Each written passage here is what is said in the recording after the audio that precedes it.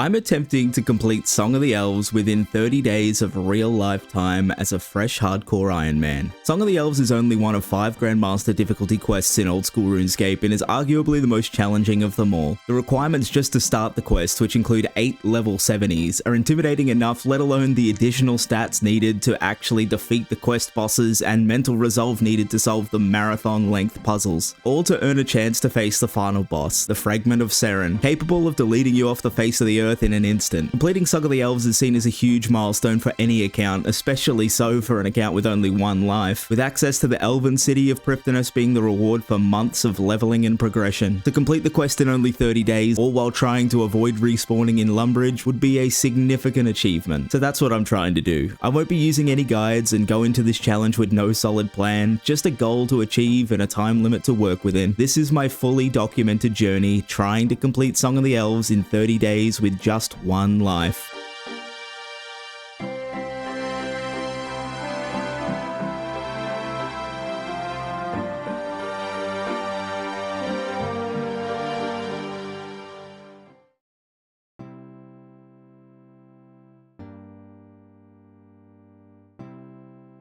Alright, well, I guess this thing is happening. First things first that I need to do, I need to check the account age. Is a bit of verification. We've spent 17 minutes in this world and the account was created 61 days ago. So I've got to keep an eye on this 61 days. So that means I have until it 91 days. I made no plan whatsoever. All I know is that we're trying to complete Song of the Elves within 30 days. You'd think I would have come with a bit of a plan, but maybe until then I'll just wind strike goblins or something. So I guess there's a few questions to answer. Why Song of the Elves? Why a hardcore? And why the 30 days? In March of 2025, I started making a series called Friendship Locked, which follows Joe Friend's journey towards endgame goals while being locked behind tasks given by my friends. The account started as a hardcore Iron Man simply because when making an Iron Man account, you might as well, right? I'd done this with 2 other accounts before and both of them died quickly, one by falling off the agility pyramid and the other to ice trolls. 2 completely non-event deaths that I thought nothing of, but Joe Friend was different. I wasn't trying to stay alive, but for some reason he just continued to survive. I got so far as unlocking overhead prayers, after which I made the crucial mistake of setting a goal for the hardcore status. It baffles me that we're still a red helmet. I don't fully understand it. I have a mental goal of getting through Song of the Elves with the red helm. I don't think that'll actually happen, but if I get through Song of the Elves with the red helm, that'll be my official "you've done good, kid." Just 12 days later, I did the same thing on Joe Friend as I had done on the other hardcore. Stopped paying attention for a few moments and ultimately lost the hardcore status. What I didn't expect was the wave of disappointment that immediately hit me. The account was never meant to be a hardcore, but for whatever reason, the fact that I didn't try to see how far I could go just didn't sit well with me. The very next day, I made a new hardcore Iron Man account, made it look similar to Joe Friend, named it something generic like John Redhelm, and had absolutely no idea what I was going to do with it. I was still loving making Friendship Locked and putting all of my spare time into playing Joe Friend, but something in my brain just couldn't let go of the fact that I hadn't at least tried my best to complete the goal I set for myself by finishing Song of the Elves with the hardcore status intact. When Joe Friend did complete Song of the Elves, there was a big part of me that just felt disappointed instead of elated. The goal that I'd made when we were still a hardcore was to get through Song of the Elves still as a hardcore, so I'm a little bit sad about that. Friendship Locked is a series all about doing the things I want to do in the game. When I started making that series, I had no idea that completing Song of the Elves as a hardcore Iron Man was one of those goals. If I'm going to complete this goal, I'm going to have to stay committed to the account, which is where the 30 days comes in. The 30-day challenge is made increasingly harder by the fact that I'm intent on keeping my daily life as routine as possible, keeping things like work, social life, gym, etc. a priority. To make the challenge even more unnecessarily difficult, I have no intentions of using either the Phoenix Necklace method or the Redemption method in the fight against Seren, assuming we make it that far. I want to complete Song of the Elves the exact same way that Joe Friend did, level 80 magic and Saradomin brews. I told myself before starting this challenge that I was only going to make one attempt and whatever happens happens, and I'm going to stick to that. Playing a hardcore account is either something I can do or it's not. Either way, I was fully committed to trying my absolute best and I'd find a way to be comfortable with whatever the outcome is.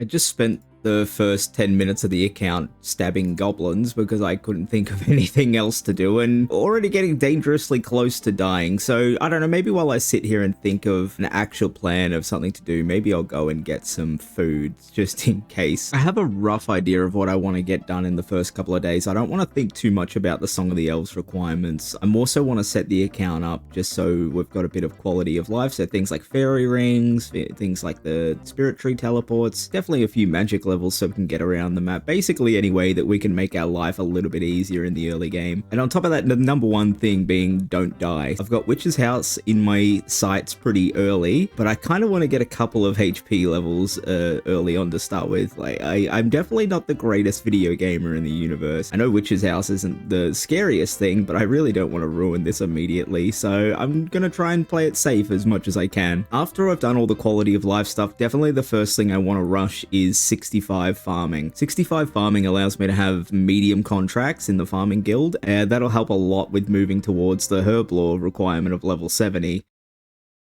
Level 70 farming is relatively straightforward. Complete quests to earn early farming experience until level 34, which unlocks the Tithe Farm minigame for rapid levels. Herblore, however, is a much different story. 70 Herblore is by far the most difficult facet of this challenge, with the seeds needed to grow herbs being scarce and difficult to source. In order to have enough herbs to push towards level 70, I'm going to have to stay on top of the herb runs available to us every 80 minutes, as well as find a way to consistently have seeds coming in, particularly Irrit seeds. I'll be planting every decent seed that I can, but Irrits are incredibly valuable, as at level 45 they can be used with cheap and easily purchasable Eyes of Newt to create super attack potions granting 100 experience each. But even still, a 7-patch herb run netting approximately 50 herbs is still only 5,000 experience every 80 minutes, and that's assuming we even have the seeds to plant. Staying on top of medium farming contracts at 65 farming, which grant seed packs containing a high weight of Irrit seeds, will be invaluable to getting level 70 herblore. Additionally, every source of experience will be dumped into herblore. Every experience lamp, random event, and quest reward will aid greatly in our pursuit of almost 740,000 herblore experience, with one major quest in particular worth an incredible 120,000 experience: Legends Quest.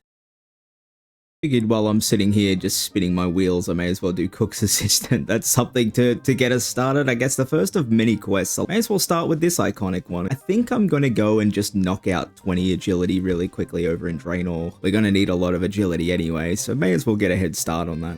There it is. I'll be moving over to Alcarid, probably to do more agility. I'm gearing up to do Witch's Potion and Imp Catcher for some early magic experience, and I think I'm just gonna, keep doing agility over in Alcarid, keep claiming the free runes, and get myself maybe a little bit of pickpocketing for some money. There's so many things that I could do. I really need to decide on a route that I'm gonna go for. But for now, I guess I'm just gonna bounce between a few things and see what feels right. Tick off Witch's Potion, nice and easy. While I'm in the area, may as well get Druidic Ritual done, unlock Herblore. First couple of levels of many that we're going to need to get. Another one of those spooky little early game things we need to knock out. Teleport into the wilderness. I've got Joe Friend parked here, so I know that it's going to be okay. Where is he? Standing guard, waiting for us to come and say hello. There he is. Bye, Joe Friend.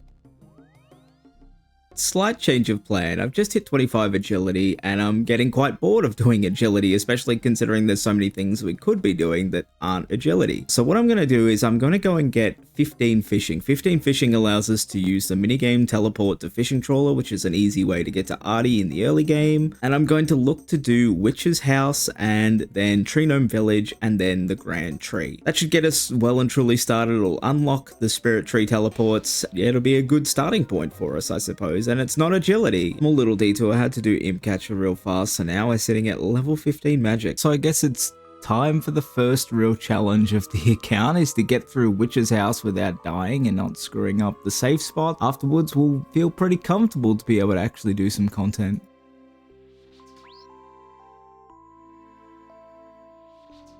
Got the safe spot nice and comfortable.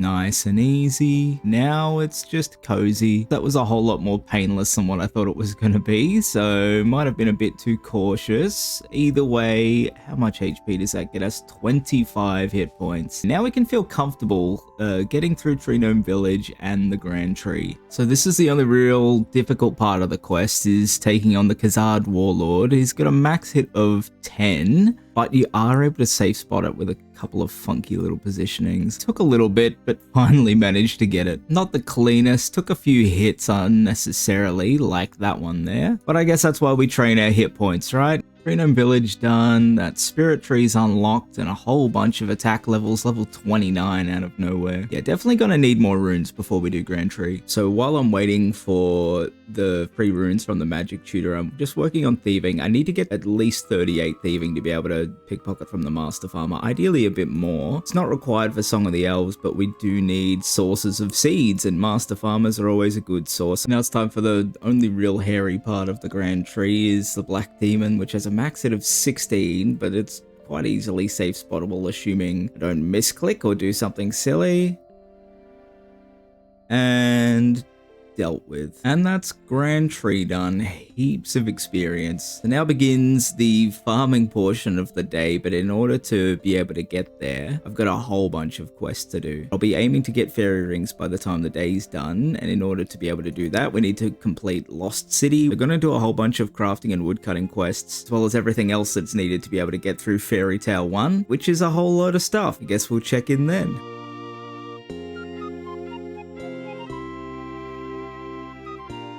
Yet another detour, going to go and do Doric's quest and the Night Sword. Going to give me good start on the mining and the smithing requirements for Song of the Elves, but more importantly give the requirements to do Elemental Workshops 1 and 2, which give really good crafting experience, which we need, and I'd like to avoid having to actually train the skill as much as possible and just be able to do quests, so let's go this avenue. Who knows how many more detours there's going to be on the way. We found our detour.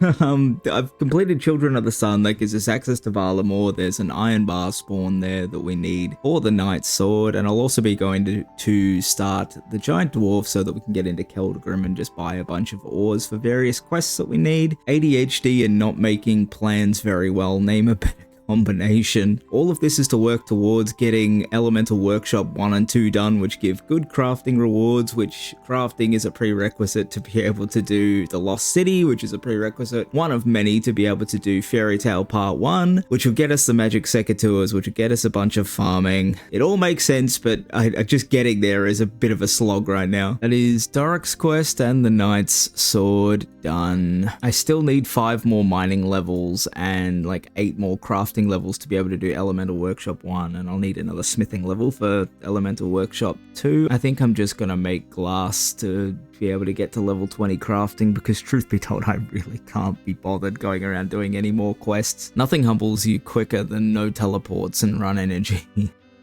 Don't mind me just flinching in Earth Elemental. That's Elemental Workshop 1 and 2 done. That's the crafting requirement for Lost City completely taken care of, and I think that is a good spot to leave it for the day. Fallen well short of the goal of getting 65 farming and having fairy rings, but I guess I've just underestimated how long this is all gonna take. I'll bunker down for the night, do a little bit of AFK woodcutting, maybe get the 36 woodcutting for Lost City, and tomorrow we're gonna have to get those fairy rings, because this game is not a whole lot of fun walking everywhere.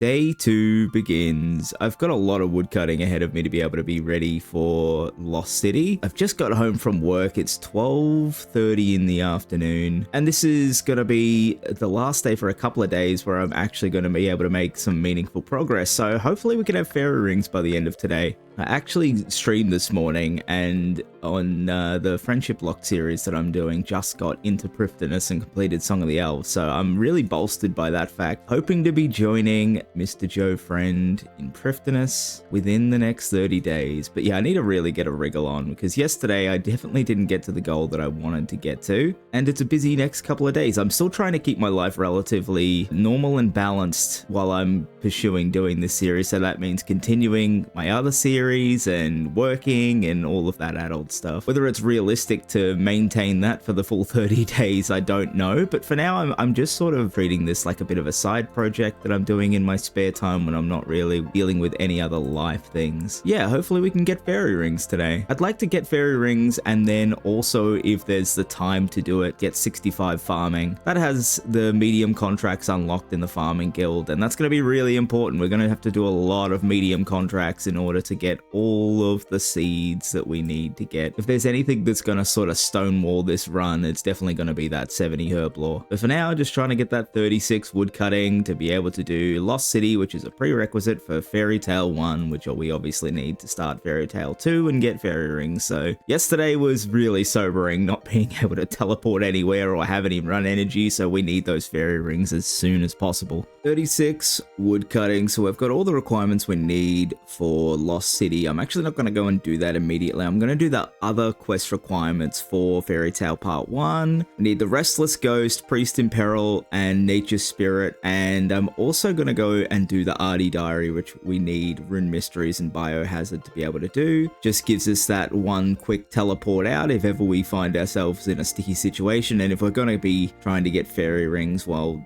Artie Cape and fairy rings sort of go together perfectly. Hi, so it's 10:55 on day 2. I'm at Fishing Trawler. I don't know why I'm here. I was here for a reason. I've got a skull in my inventory. I think I'm halfway through doing Restless Ghost and Rune Mystery. That's where I am. Halfway through doing Restless Ghost and Rune Mysteries. I went out and had a couple of beverages, maybe 1 or 2 beverages on a Wednesday night. I just want to let you know that this is what we're contending with here. I don't necessarily consider myself the greatest RuneScape player or the most disciplined RuneScape player. I've sort of just wanted to get home and tune in and just say this is where we're standing at the end of 2 days, while attempting to complete Song of the Elves within 30 days. It's gonna be a challenge for just the type of person that I am. I guess this is a challenge of balancing all the life things that I want to do and going out and having dinner and a couple of beverages and also trying to complete a RuneScape challenge. I'm definitely gonna have to make this up because we're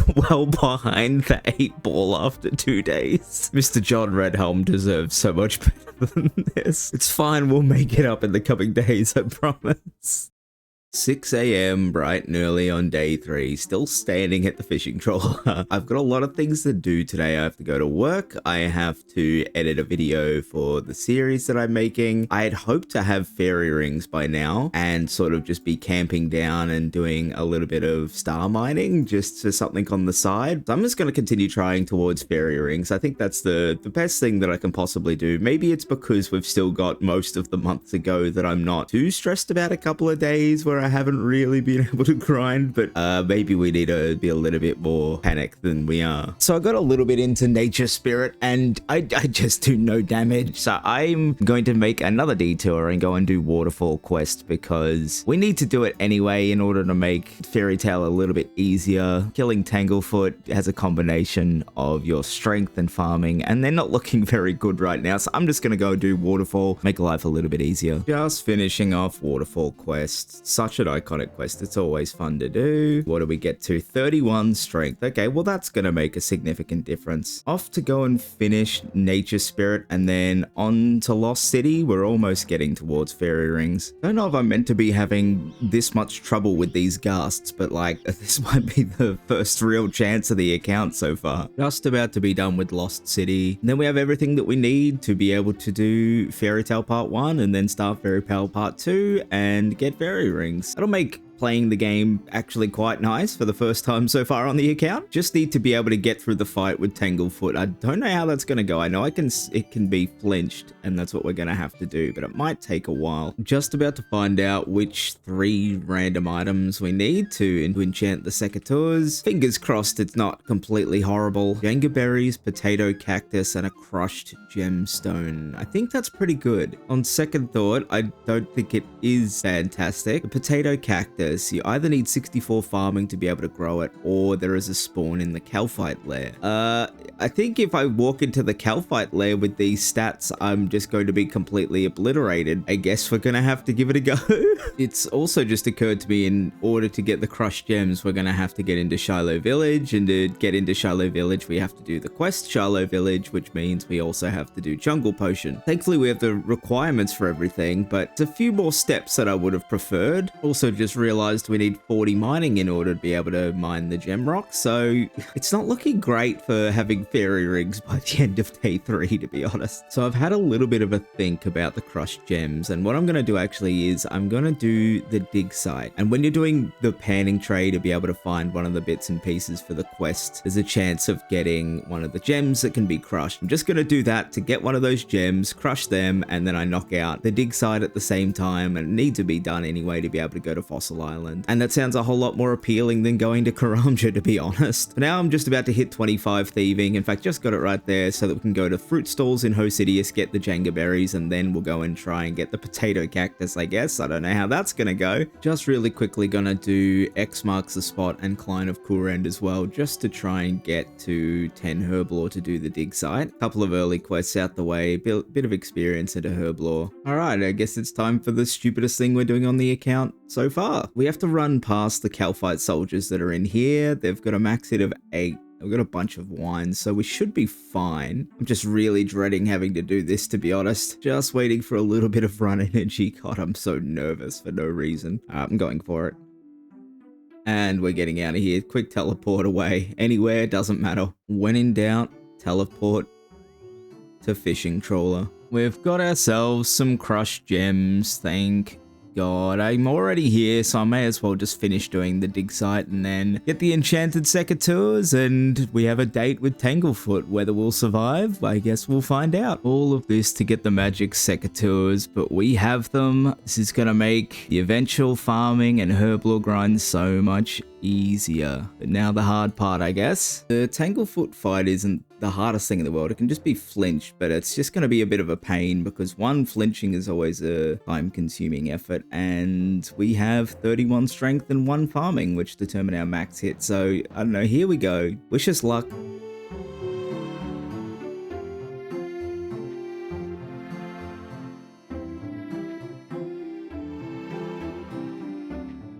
There we go. Not the cleanest fight that you'll ever see in your life, but a kill is a kill. There we are, the first farming experience on the account. Where does that get us to? 17 farming straight off the bat. The 65 farming is going to have to wait for another day. But now, finally, it might have taken 3 days, but we can go and get ourselves fairy rings and be able to play the game. It feels fitting that we unlock fairy rings, and one of the locations we have to go to is just outside of where we need to be in the next 27 days now.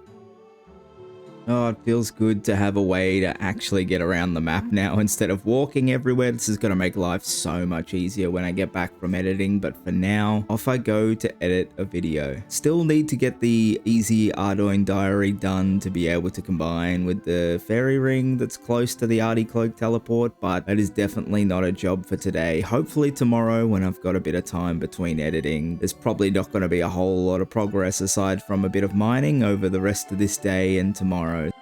Hi, little day 4 update, basically just to say there is no update. I haven't really had a chance to play at all today, which I sort of expected the first week was going to be a bit hectic. I'm not too shocked by the fact that we haven't made a whole lot of progress thus far. I've got 2 days off coming up, so I'm really hoping to make a whole bunch of progress. Tomorrow, first things first, we need to get Artie Cape. We need to get the farm run going, and yeah, we're definitely chasing our tail a little bit here. Good morning, it is 8:35 on Saturday. It's a rainy, beautiful day, perfect kind of day to sit inside and make a whole bunch of progress. We need to, we've fallen behind the 8 ball. There's a lot of jobs to get done today, and I'm really trying to take advantage of the fact that I can just sit down and play all day. Number one thing that we need to do is get the Artie Cape so we can combine it with the fairy rings that we've unlocked. And then at a bare minimum, we need to be getting the farming run going. I'm falling behind on the herbs. Herblore is going to be the number one concern. concern of getting to Song of the Elves requirements, and we need that consistent source of farming contracts now to be able to get seeds. I'm just going to do Plague City and Biohazard to do the last things for the diary, and then I guess it's on to farming and we'll see where we're at. Plague City. A deadly plague sweeps through the western part of Ardoyne, causing it to be quarantined from the rest of the city by King Larthus. Edmund, a citizen of East Ardoyne, has become growingly concerned about his daughter Elena, a biochemist and epidemiologist who ventured to the west to provide aid and did not return. After sneaking into the city guarded by mourners, Elena is found in a downstairs holding cell and promptly returned to Edmund. There's just something kind of cool about knowing that we're going to be back here in a few weeks, really, to continue the Song of the Elves quest lines and do Song of the Elves. And I don't know, it just feels very fun that we're sitting here right now knowing where we're going to be. Biohazard.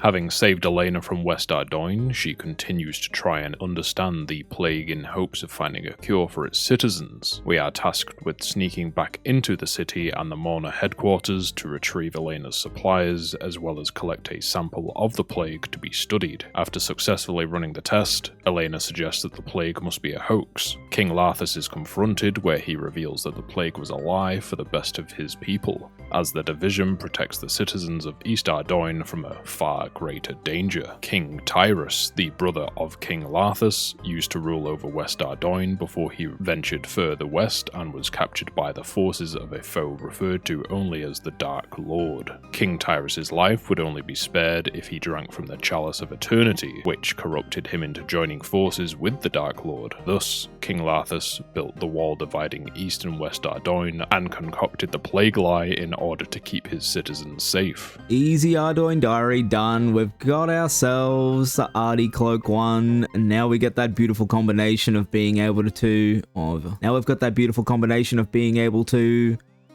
teleport to the monastery and the fairy ring right here.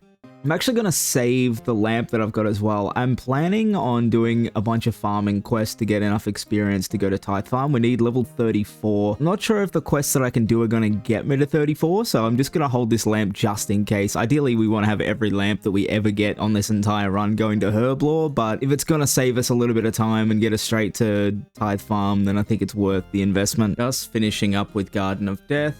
After doing the Goblin General subquest as well. 10k farming experience is just so incredible early. What does that get us to? 30 farming. If we dump this lamp into farming as well, 32. So we're still 2 levels off. Let's try and find a way to get ourselves to 34 farming. Then we can get ourselves to Tithe Farm. I'm going a little bit off the beaten path here once again, as we tend to do. I'm going to get 38 thieving, just so I can pinch a few seeds from master farmers to be able to do Garden of Tranquility. Need to do Creature of Fenconstrain before we can do that, so I guess that's what we're doing. 38 thieving, Creature of Fenconstrain, Garden of Tranquility, and then we can go to Tithe Farm.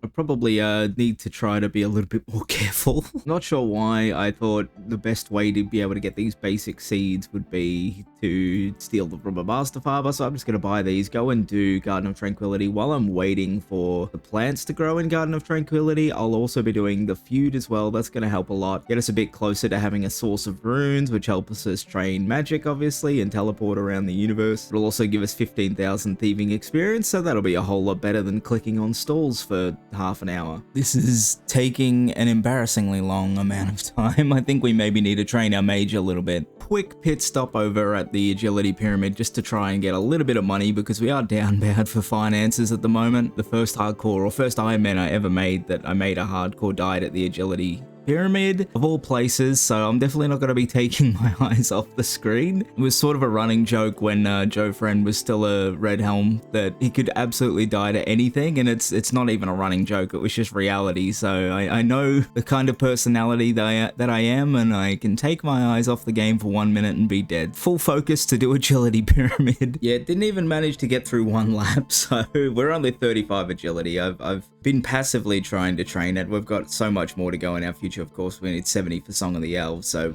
we'll be back. That's the feud completed. We'll go over and we'll finish Garden of Tranquility as well. Straight to 39 thieving, so we can now pickpocket the Master Farmers. I don't know how much more thieving I'm going to do other than just getting started for the medium contracts, but I guess we'll see what happens. There's Garden of Tranquility done. What does that get us to? 34 farming exactly. We can now go and do Tithe Farm, which I guess is where we're going to be locked until 65 farming.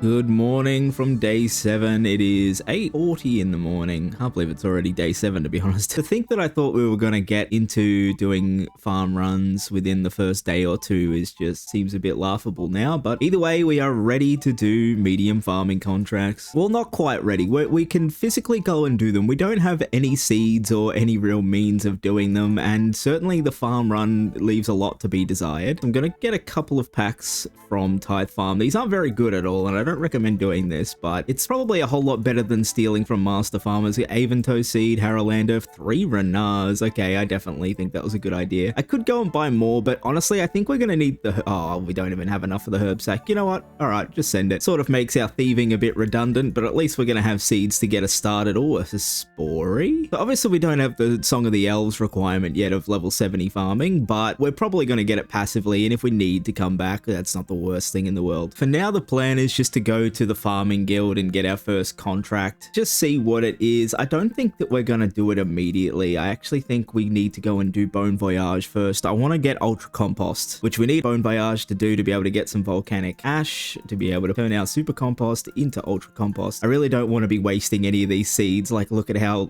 7 Irrits. What a day it is to be me. I'm not regretting getting these seed packs, to be honest. These look fantastic. That's so many seeds to start with. There's going to be heaps of steps for us to do before we can finish Bone Voyage. Getting 100 kudos isn't the greatest fun. Probably gonna have to do a whole bunch of quests that don't mean a lot to us, but we will be completing Bone Voyage. You know, I couldn't help myself. Plus, I need to start setting up the compost and the compost bin over here as well. So let's just see what our contract is. A yew tree straight off the bat. That's not very good. Opening those packs wasn't the worst thing in the world. We do have 5 yew seeds. I guess we can get that one going. That might be actually one of the better ones while we wait to go and get Super Compost, because we can pay for that to be protected. Everything works out well for Farmer John. I'm just quickly gonna go do Daddy's home as well, get construction underway. I need 21 construction to build the bank on Fossil Island anyway, and that's gonna be really handy, especially for wood cutting when we get to it. So just gonna do that now as well. As I tend to do, I'm just gonna make another little pit stop. I really could use some money for some runes, so I'm gonna go and do Agility Pyramid for as much as I can, pretty much. Then I'm going to be looking to try to train magic to level, where are we at? 45. At a bare minimum 37, just so that I can do these mahogany homes real quick, just to get a few construction levels. And I'm going to be doing it at the new crab boss that was released in Varlamore. I haven't done any of the new Varlamore content, so this is an opportunity to do it. The other thing that we will need to do is I'll need to do Ghost Ahoy to get the Ecto file, so we can teleport to the Ectophontus, which is right near another herb patch. That'll give us 7 patches that we can do. That's a pretty good rotation for our herb runs. I managed to do one. That's pretty much all I can stand, to be honest. I'm going to do the Varlamore wine hopping method, and then I'll check in after I'm tired of training magic, I suppose.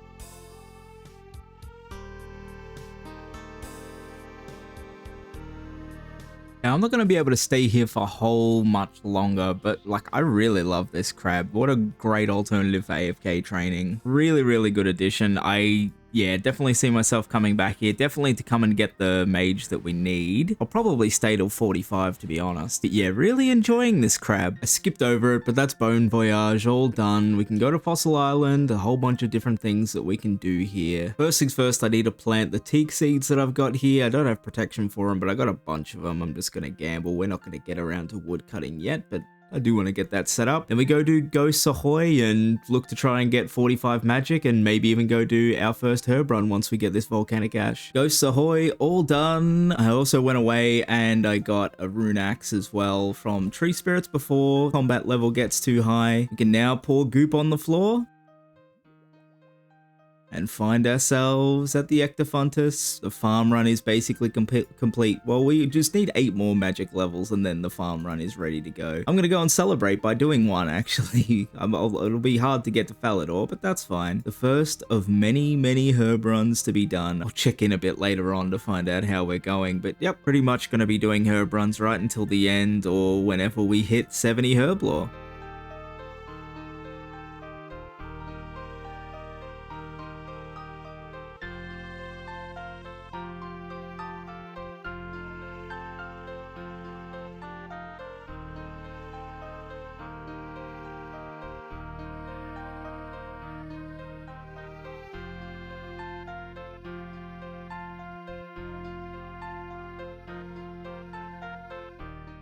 Good morning, day 8, the start of week 2. Now, there's a big problem on the account. The big problem is that I'm very broke. We need money for a lot of things. We need a whole bunch of money for runes. We need a whole bunch of money to be able to do construction. And I'm just tired of having no money, pretty much. The way that I've been getting all of my money up to this point is just doing the Valamore wine hopping method, which I'm doing right now. It's literally just hopping worlds, getting these wines off the floor if they're actually here. It's a hit and miss because a million different bots do this. Getting the wine and then going and selling them on Alderaan for, it's about 20k per inventory. And I'm really tired of doing it, so I'm gonna knock out two birds with one stone. Let's go and do smithing today. We need 70 smithing for Song of the Elves, and doing it through Giant's Foundry gives a large amount of money. We might actually go well beyond level 70. We'll just see how much money we need. This is gonna take care of all of our early game money issues for any runes that we need, and we're gonna need a lot of runes. For those that don't know the method, you just get an inventory full of those Eclipse Reds that we're hopping for. Go over here on Alderaan, sell your inventory, and we have 20k. That gives us some good starting cash to go and buy ores from Blast Furnace, turn those into bars, and we'll just pretty much keep repeating that process of going from Blast Furnace to Giant's Foundry over and over again until 70 smithing. I also need to go and get ice gloves as well before I do that, just a little bit of quality of life. Never mind, I need 50 mining to get past this rock slide. Maybe I'll just go and do 50 mine. Do I really want to do 50 mining? Not really. I'm getting 50 mining. I could do the smithing without the ice gloves, but it just makes life so much easier just having it. We do need 70 mining anyway, and we can now buy the Dorgishan crossbow as well, I believe, which is going to be handy for getting the 60 range that we need for Morning's End Part 1. So, small detour, as we do, 50 mining, and then we'll be doing the smithing. 50 mining coming in. I've actually spent most of the day playing on the Joe Friend account, so sort of lost most of the day, but we can go get ice gloves now and get a start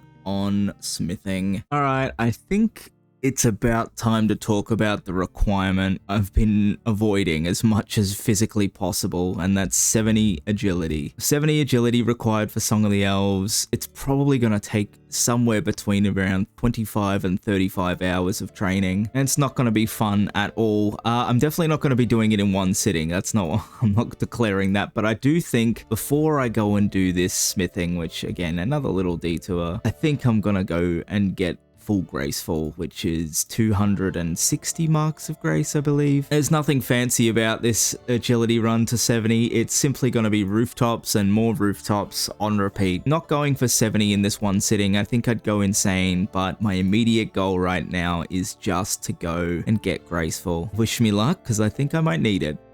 Good morning, day 9 beginning. I've decided that I'm going to go and get these ice gloves now before I get too deep into this agility. I think there would be nothing more soul destroying than getting 70 agility and then immediately dying. I want to go and do that now before I feel too horrible about it. So just in case I misclick or something while I'm going to get these ice gloves, it should be fine, but you never can be too certain.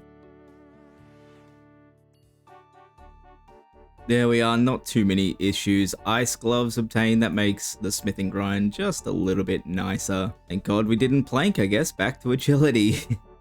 It is day 10 after today. It's officially a third of the way through the challenge and just about to hit 60 agility.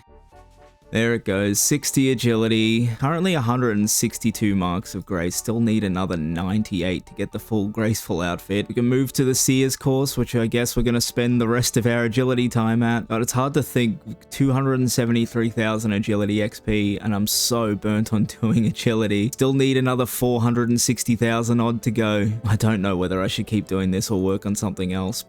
Here it is, deep into day 11, the final mark of grace that we're going to need to be able to get the graceful outfit. I gotta go and get that immediately. Here we go, the full outfit belongs to us. Oh, there we are. I did say once we got the full graceful outfit, I was gonna stop and do something else, but we're like 150,000 experience away. I don't think we can stop here. I don't want to have to wake up any more days knowing that we have more agility to do. We are going to be making a small pit stop on the way. We're visiting Varlamore. Something's got to be done about this boring old plain graceful outfit. Day 12, and we have enough little termites to be able to get the Varlamore graceful recolor. Let's grab that one real quick, and now we can look beautiful. I've got just under 30,000 experience left to go till level 70. We could go and do like underground pass or something for the rest of the experience, but I just really want to see a 70 on this interface here. We've almost gone 12 complete days and we haven't got a single level 70. I just want to see that 170, especially being the worst one. A long day at work today and a long day at work tomorrow, but I've got a lot of plans for tomorrow. First things first for today, I'm going to get the rest of this agility XP, and just as I'm about to tick over, I'm going to go to bed and wake up tomorrow morning with a level 70 to get.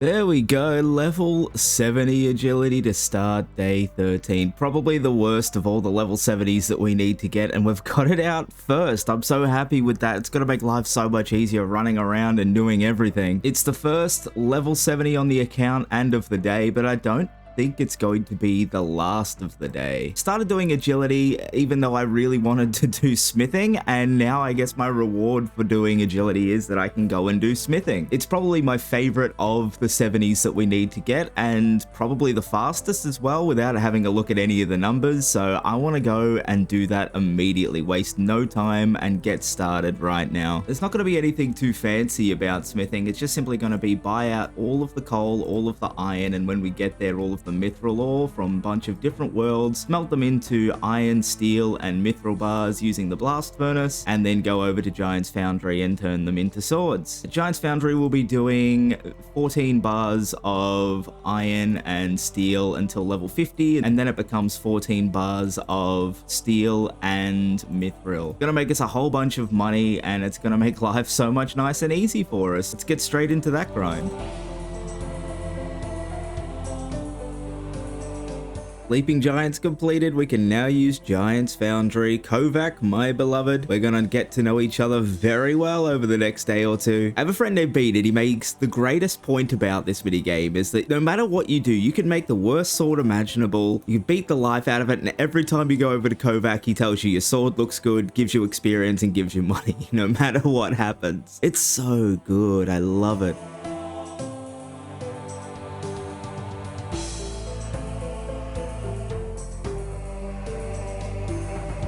Just ticked over to level 50 smithing. It's insane how much faster this is than agility, and I'm really enjoying it. So this is like a little treat for being a good boy and doing all of my rooftop laps. I don't think it's going to be too long until we check in when we're level 70.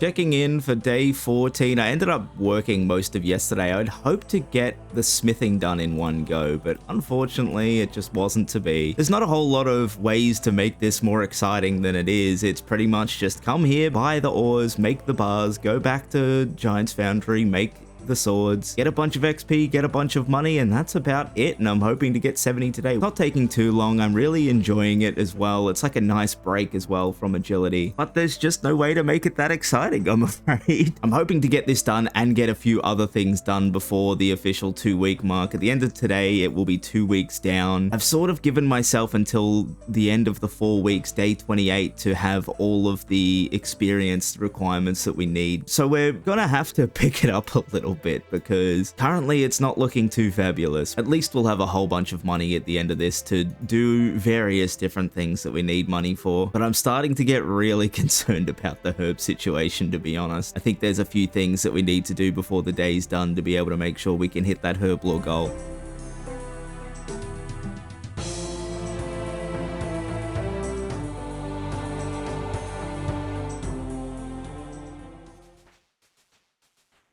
There we have it, level 70 smithing. The smithing grind is done, though we might be coming back here soon enough. Let's have a quick look at the final tally of money that we've made from this. 834k, I'm gonna take that. For the rest of today, there's a few things that I want to try and tick off, a little checklist. First things first, if I type the word grimy in my bank, it's not looking very fantastic in terms of the herb lore grind. I was sort of concerned about this. The seed packs just aren't cutting it. If we have a look at seeds as well that we've got, these are all the good plantable ones and can't do from here onwards, so it's getting a little bit dire. In no particular order, I've got a few things that I want to do. Number one is I want to get to 73 farming. 73 will let us plant lantadymes and we'll be able to make potions or do mixology with those in the future for herb lore experience, but we're not going to get 73 immediately. We will be going to 72 at least because I need to start pickpocketing master farmers. At 72 you start getting a whole lot more good seeds than you do bad seeds. Not a whole lot, but it makes a big difference, and we'll obviously have to do a little bit of thieving training. We need 53 thieving anyway for Desert Treasure, which we need for Ancient Magic Spellbook. So that's on the checklist, 73 farming, but we'll try to get 72 today. The other thing that I want to do, and it's long overdue, is 43 prayer for overhead protection prayers. This should have been done a lot earlier than what it has been, but you get that on the big job sometimes. I'm starting to become attached to the account, and I'm going to be really sad if I just die to something that I could pray against, so that needs to happen immediately. I'm going to go about it by killing hill giants. Hill giants drop in soul giant heads at a 1 in 25 rate, and they basically translate into 650 prayer experience. I'm going to be picking up the big bones along the way and using those at the Ectofuntus to level 30, and once we hit about level 30, I'm probably going to do Dragon Slayer 1, or at least up until the point that we get the anti-fire shield, and then we're going to go and save spot some blue dragons. We'll see what we do. First things first, we're going to go kill some hill giants. Should give us some hit points, should give us some magic levels, all things that we need.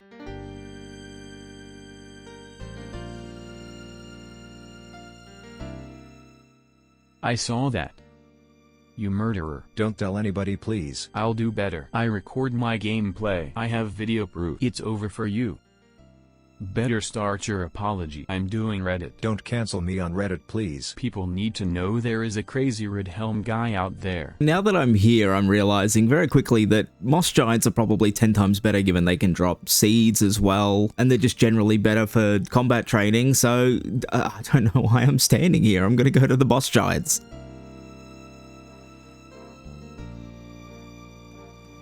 Okay, so I killed like 15 of these guys and then got scared, so I'm going back to hill giants.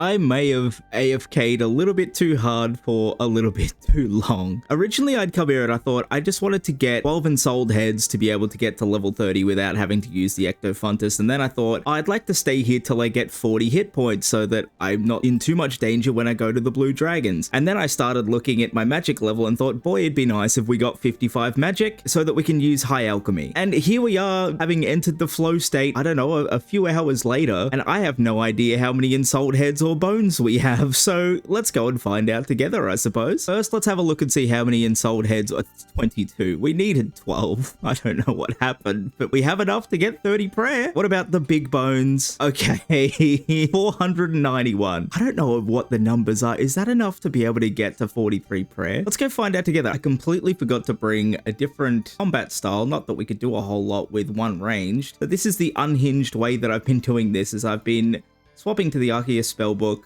then swapping back to manually cast Earth Bolt every single time. Not sure that's how it's meant to be drawn up. Getting the job done, I suppose. This is the final one. We'll see what the final tally is from all of these ensouled heads. Level 34 prayer. We might have enough big bones to get to 43, but I don't really want to leave it to chance. I think I'm actually going to go back to the Hill Giants until level 55. Then we can have High Alchemy unlocked, and that's going to be huge for the account. Definitely not drawn up in any guidebooks that this is the way you're meant to do it, but that's fine. We're a little bit quirky around here. There it is, level 55 magic. We now have the level to cast High Alchemy Combat. 45 coming in as well. Only thing left to do is go and see how many big bones we've tallied up after everything. Goodbye, Hill Giants. It's been real. And the final tally of big bones, 590. Surely that's going to get us to 43 prayer. Surely. Do have one job to do before we can turn them into prayer experience, and that is complete Twilight's Promise. It'll get us the Quetzal transportation system as well as a way to get to the Tiamat, which is where we're going to be doing our prayer training. This is the only potentially dangerous part of the quest where you need 2 combat styles to be able to kill this Knight of Valamor in the Colosseum. The problem is that, well, one, we don't have overheads to protect while using melee, and the second being ranged is level 1, as mentioned before. To make matters worse, you can't even auto cast spells. You have to manually cast them because of a bug, which has been a bug for a while, and yeah, I have no clue if we're going to be able to do this, but let's try and brute force, and if we can't, we teleport out. There we go, navigated it without dying. Now we're just going to finish off the quest. Twilight's Promise all done. We can now use the Quetzal transportation, and best of all, turn all of those big bones into bone shards. Let's find out what we get to.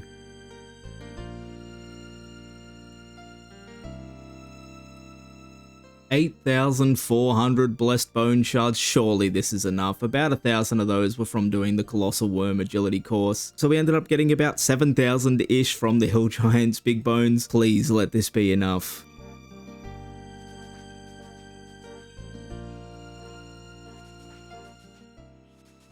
There it is, 43 prayer. We can now use overhead protection prayers. Oh, life is so good. Life is so good. Still got bone shards to go, so let's use them all. See where we end up. 45 prayer when all is said and done. Oh, that feels so nice. It just feels so safe. It's an interesting little landmark. I feel like this is obviously great for the account, but I know from this point on, if I don't make it to Song of the Elves at the very least, I'm going to be incredibly disappointed. There really is no excuse now. And the reward for all of that wonderful hard work is we get to go and sit at Tithe Farm for a few hours. We'll see how much of that 72 farming we can get into. We're starting at 66 farming. I did have a little bit of foresight a few days ago to plant these teak trees here on Fossil Island, which are in close proximity to a bank. That's for a grind that's coming up for another day, but may as well go and get the experience for planting those now, and that at least gets us another level. 67 farming. We're going to need 73 overall, but I want to hit that 70 at least to have that ticked off for Song of the Elves, and then 72 to start the pickpocketing grind. The thieving is just going to have to wait for another day. If I manage to hit 70 farming tonight, then I suppose I'll check in later. If not, we will see you on day 15, week 3.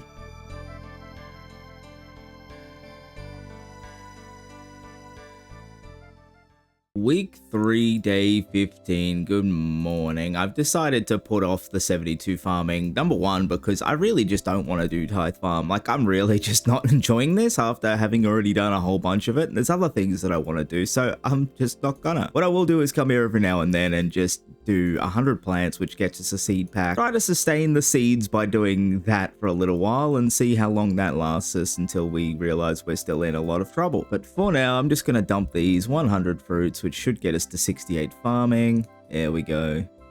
68 farming, that'll do for now. Let me out of here, please. Wolfweed and Erets. Okay, well, look, we'll take it. It's not a whole lot, but it's enough for one farm run, so yippee. But that's all the farming I can stand, because it is time, finally, for another new grind. One that I'm extremely excited for, one that is high octane, one that's gonna get the blood pumping. It's woodcutting. I'm doing woodcutting. There's not a whole lot to this. It's pretty much these 3 trees that we planted a few days ago, where we're living until we have 70 woodcutting, which is a prerequisite for Song of the Elves. We're doing it here because it's in close proximity to a bank. It's just over here. We're going to have to bank the logs to be able to make planks for 70 construction. There really isn't a whole lot to this. I wish it was more exciting, but unfortunately the man is just going to be standing here all day hitting wood. This is us for however long this takes and however long until I get bored of it. Wish me luck. The good thing about having 70 agility is we could use this little shortcut as well. I'm going to act like there was some sort of path plan created to be able to use this shortcut. Is it actually? It's exactly 70 agility to be able to use that shortcut. Okay, perfect. I planned it that way. I'm very, very smart. There's the first level coming in. I'm already bored of this. I'm not going to lie. This isn't even great. Goal number 1, get to level 40 so we can actually use the rune max that we have, I guess. Maybe break it down into small chunks.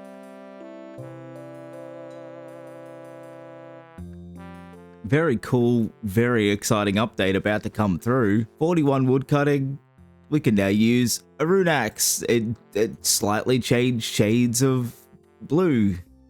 Cool. Unfortunately, that's the last noteworthy update for another 29 levels. I guess I'll check in at 70 woodcutting. Oh god. I'm gonna be honest, I'm really not enjoying this. I need to get 10 fletching and 50 fire making as desert treasure requirements, or for quests that have to do with the prerequisites for desert treasure. So to make this slightly less painful, I'm gonna go focus on getting 50 fire making and 10 fletching.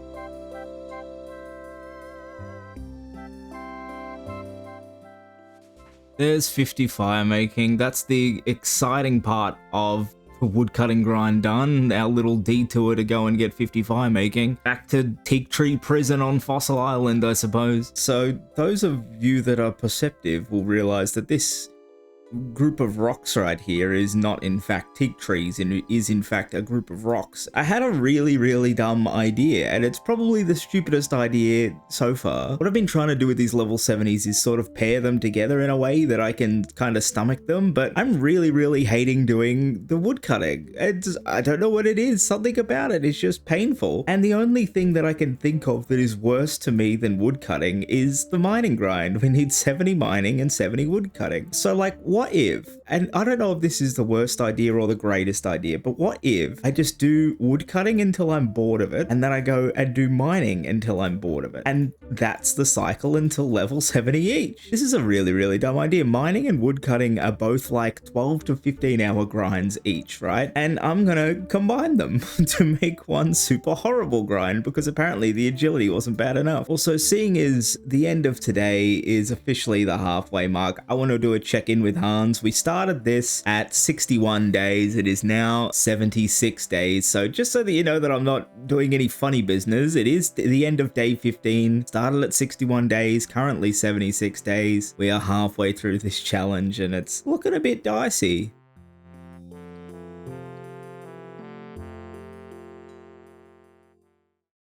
Good morning, it is day 18. I've been really ill for like the last week or two, and the last couple of days I've really just been trying to get over it, and as such there's sadly not been a whole lot of progress. If I was worried before the day 15 mark, I'm really quite concerned now. I'm not even level 60 mining, not even level 60 woodcutting, and I'm solely here at Tithe Farm just to get a level 70, just so that I can feel something and feel as though we're getting some progress. This is just the holy trinity of things that I don't want to do. Woodcutting, mining, Tithe Farm. I'm gonna feel so much better when we get over this woodcutting and mining requirement, because it's really just such a roadblock right now. Just standing there not doing a whole lot of stuff. It's not difficult, it's just time consuming, and I just don't want to do it. I want to engage with the game. I'm about 200 plants on Tithe Farm away from being level 70. Let's just get that quickly and at least give the illusion that we're making progress.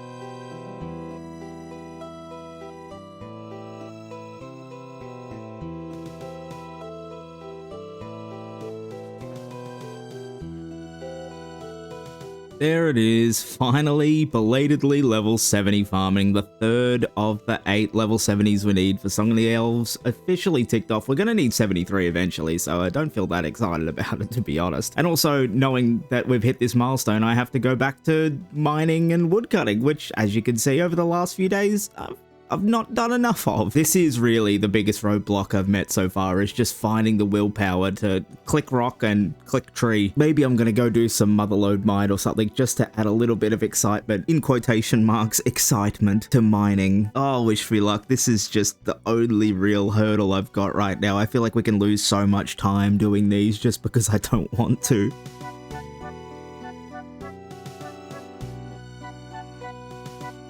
Level 60 mining coming in. It's still 10 levels away from what we need, and how much experience, like 460,000 or something like that, but it is a great milestone because we can go somewhere else. We can now get into the mining guild, and what is theoretically the fastest mining experience we can get. It's the same as the other 3 rocks, except these ones regen a little bit quicker, so you never have to stop mining. So hooray! I suppose this is where we're gonna be for the next while until I get bored and go back to Motherlode Mine again. There's still so much experience to go.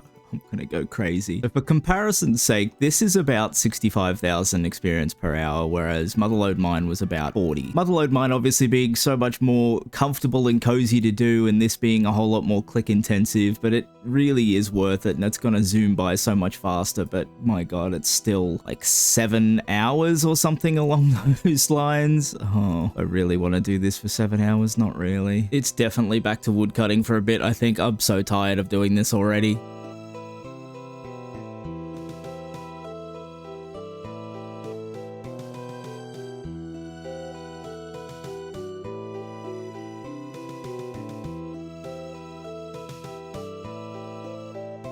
It is day 20 and I'm starting to realize that we're in a large amount of trouble. I've pretty much lost this entire week to mining and woodcutting, and because every time I sign on I have to do mining and woodcutting, I haven't been doing a lot. Still over half the mining left to go, majority of the woodcutting still to go. I just don't know what to do. I know I just need to grow up and click rock and click tree, and it's really not that big of a deal, but every time I sign in I just don't want to be doing this. Maybe I need to find something to do in the interim rather than just sitting here and trying to nail it out all in one. I don't know, I'm gonna have a think on it. Maybe there's something we can do to make this a bit more exciting. Okay, I've done a little bit of pondering, and the decision I've come to is woodcutting is going on the back burner, and I'll deal with that at a later date. I've got about 8 hours of efficient mining to go to be able to hit level 70. I'm definitely not going to be playing efficiently that whole time. Well, there's one level, that's positive. I'm getting 70 mining and knocking that out because this is by far the worst. I would do agility 100 times over before doing this again. We're coming up on the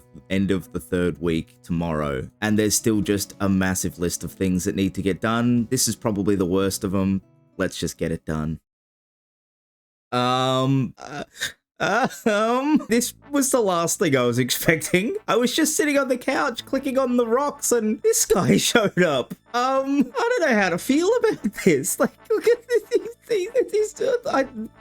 What? I've never had this guy before. Look, he's so cool. He's just so cool. He's bobbing about. I'm gonna have to give him a name. What do we, it has to be Bob. But just because look at Bob. Get him, Bob. Oh, this has just got me so much more enthused for the rest of this grind. Got about 160,000 experience to go, roughly. Look, he's just so cool, man. All right, back to mining, I guess. We'll check in 160,000 XP. If you couldn't tell, I was definitely hitting a wall, and this is just, I don't know, this is so funny to me. Just John and Bob, 2 guys hanging out, clicking rocks. I just love him so much. I just want to give him a big old cuddle. He's so cool. I would just love to know what the chances are of getting the rock golem at this level and this XP mining these rocks. I'm sure somebody smart out there could figure it out. It just seems astronomically silly.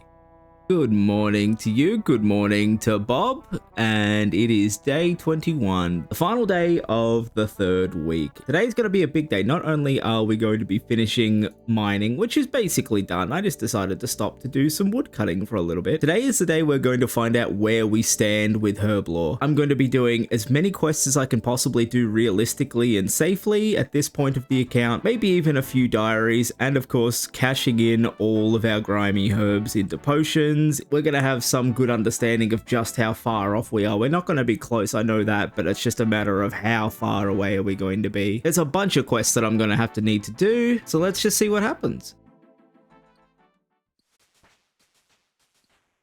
70 mining, officially done. 4 out of 8 of the requirements for Song of the Elves knocked out. On to go do the Herblore grind, or at least the start of it. We're going to start by doing Recruitment Drive, nice easy quest, and then I'll be looking to do Edgar's Ruse, which I need Death Plateau and Troll Stronghold as prerequisites. We need those 2 quests for Desert Treasure anyway. I don't know why I've just gone back to clicking the rocks. It just seems the right thing to do. It's been so long, it's ingrained in me. Recruitment Drive done, 1000 Herblore experience, nice and easy. Now on to Edgar's Ruse. Death Plateau and Troll Stronghold done. Now I can go do Edgar's Ruse, but I realize you need level 31 to do Edgar's Ruse, and all of the methods that I've got require level 30 Herblore to do anything, so I don't actually know what I'm going to do to get 31 Herblore, but we'll find out together. Planted some low-level herbs, and I'm just going to wait for those to grow, and while I do, I'm going to be training magic at the Mage Training Arena. It's really good rates here. I need to get 63 magic as my next little milestone anyway, so may as well kill the time by doing this. That's enough Mage Training Arena for me after about 15 minutes of the Alchemy Room. I want to hand these in, these coins, and see...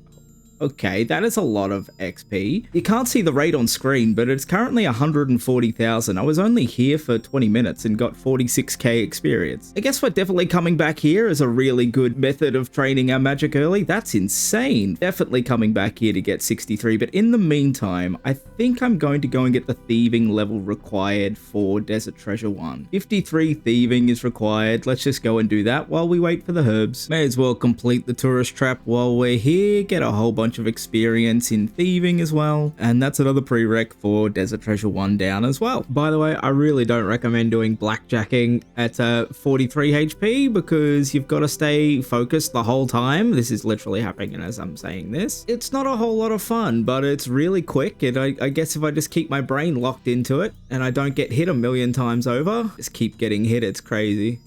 Yeah, I think I'm done with blackjacking for now. Okay, now we have 31 Herblore. Now we can finally do Edgar's Ruse.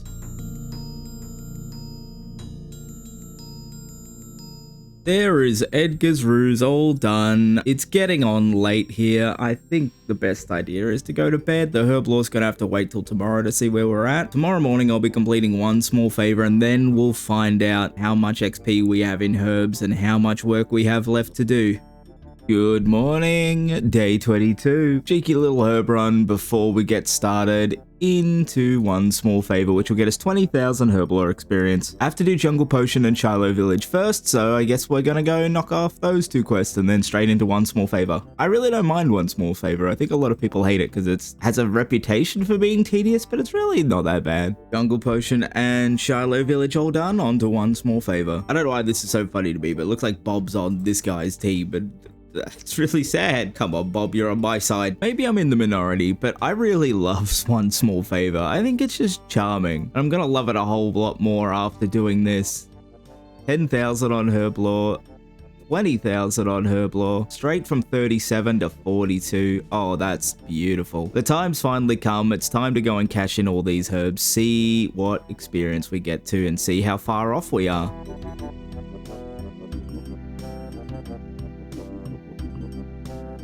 So it's not looking superb at the moment. I've used up all of the Irrits and the Renars that I've got in the bank. They're the ones that we're able to use to make potions, and we're sitting at 117,000 XP. We need about 740,000 XP, so I've done a little bit of math, and we've got about 50,000 worth of XP banked for herbs that we can't make. And factoring in Legends quest as well, which is worth 120,000 XP, we're still about 450,000 experience off.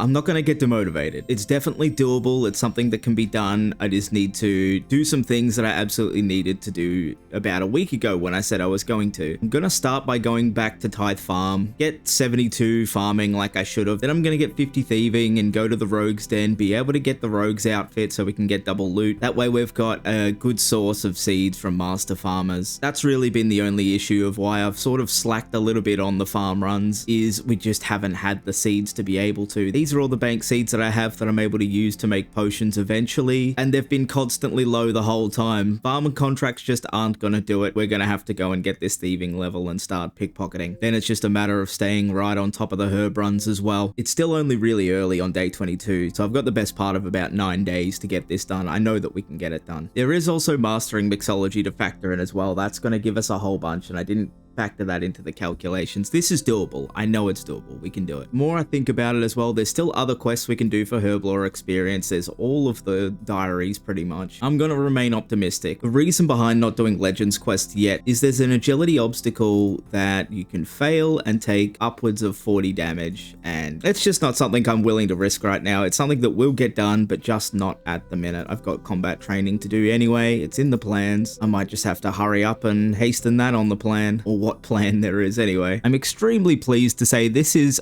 highly likely the last time we'll be back here at Tithe Farm.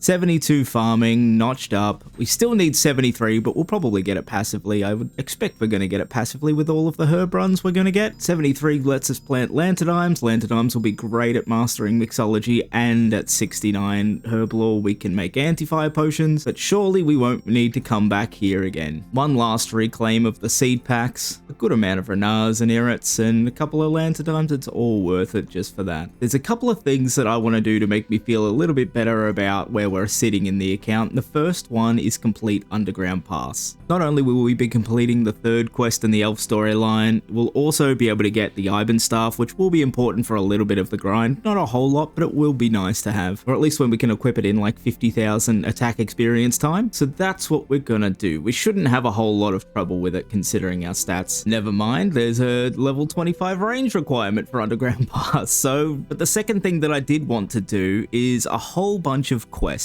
I need Demon Slayer, I need the Golem completed, and we need to do Shadow of the Storm. And if you look at the stats that we have and you know a fair bit about the game, you probably know where I'm going with that. So let's go do that. You know what's completely wild? I just completely blanked on the fact that I needed to get a thieving level and get the Rogue's outfit. Well, I'll complete Demon Slayer and then I'll go and do that, and then I will continue the Shadow of the Storm pursuit.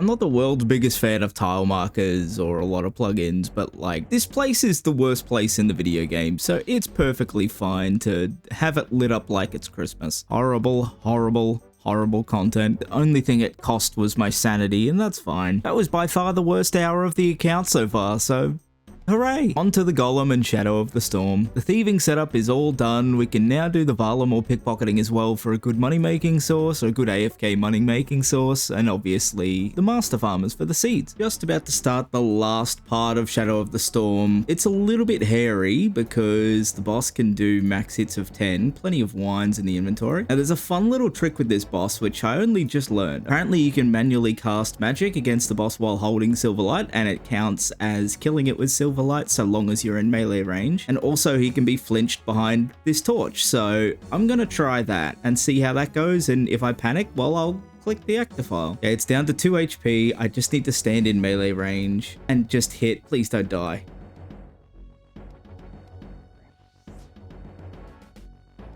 Just splashing on repeat. This is insane. This is brutal.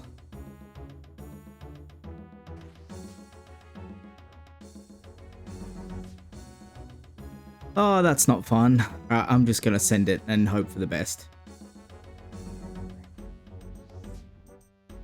Oh, thank God. Well, that was incredibly stressful, but it is all worth it solely for this. We click ranged, we get 10,000 ranged experience. We go from level 1 ranged all the way to 27. A little bit of stress was absolutely worth all of that. I was going to do Underground Pass tonight, but after that I'm kind of nervous. It's also a little bit late here as well. I went out to the gym and got very, very tired. So what I'm going to do is I'm going to try and complete Animal Magnetism. We need the Ernest the Chicken quest as well as level 18 Slayer and 30 ranged, which we need 3 ranged levels and about 2,500 Slayer XP. I'm also going to complete the Mountain Dwarf subquest for Recipe for Disaster. It gives 1,000 Slayer XP as well as a Portion of Interest, and I've currently got a Wolves task as well, so I'll get whatever is left needed there. And that's Animal Magnetism done. We can now use Ava's devices. It's just a bit of a quality of life upgrade while we do the range training. We need 40 range to be able to do Temple of Ikov, which is the last quest requirement for Desert Treasure 1. It's only that and 3 thieving levels to go, and then we can do Desert Treasure. And of course we need level 60 ranged for Morning's End Part 2. Been a big day of quests. I think I've earned a little bit of time at the Big Crab, and tomorrow we might have another big day of quests, definitely doing Underground Pass to start things off.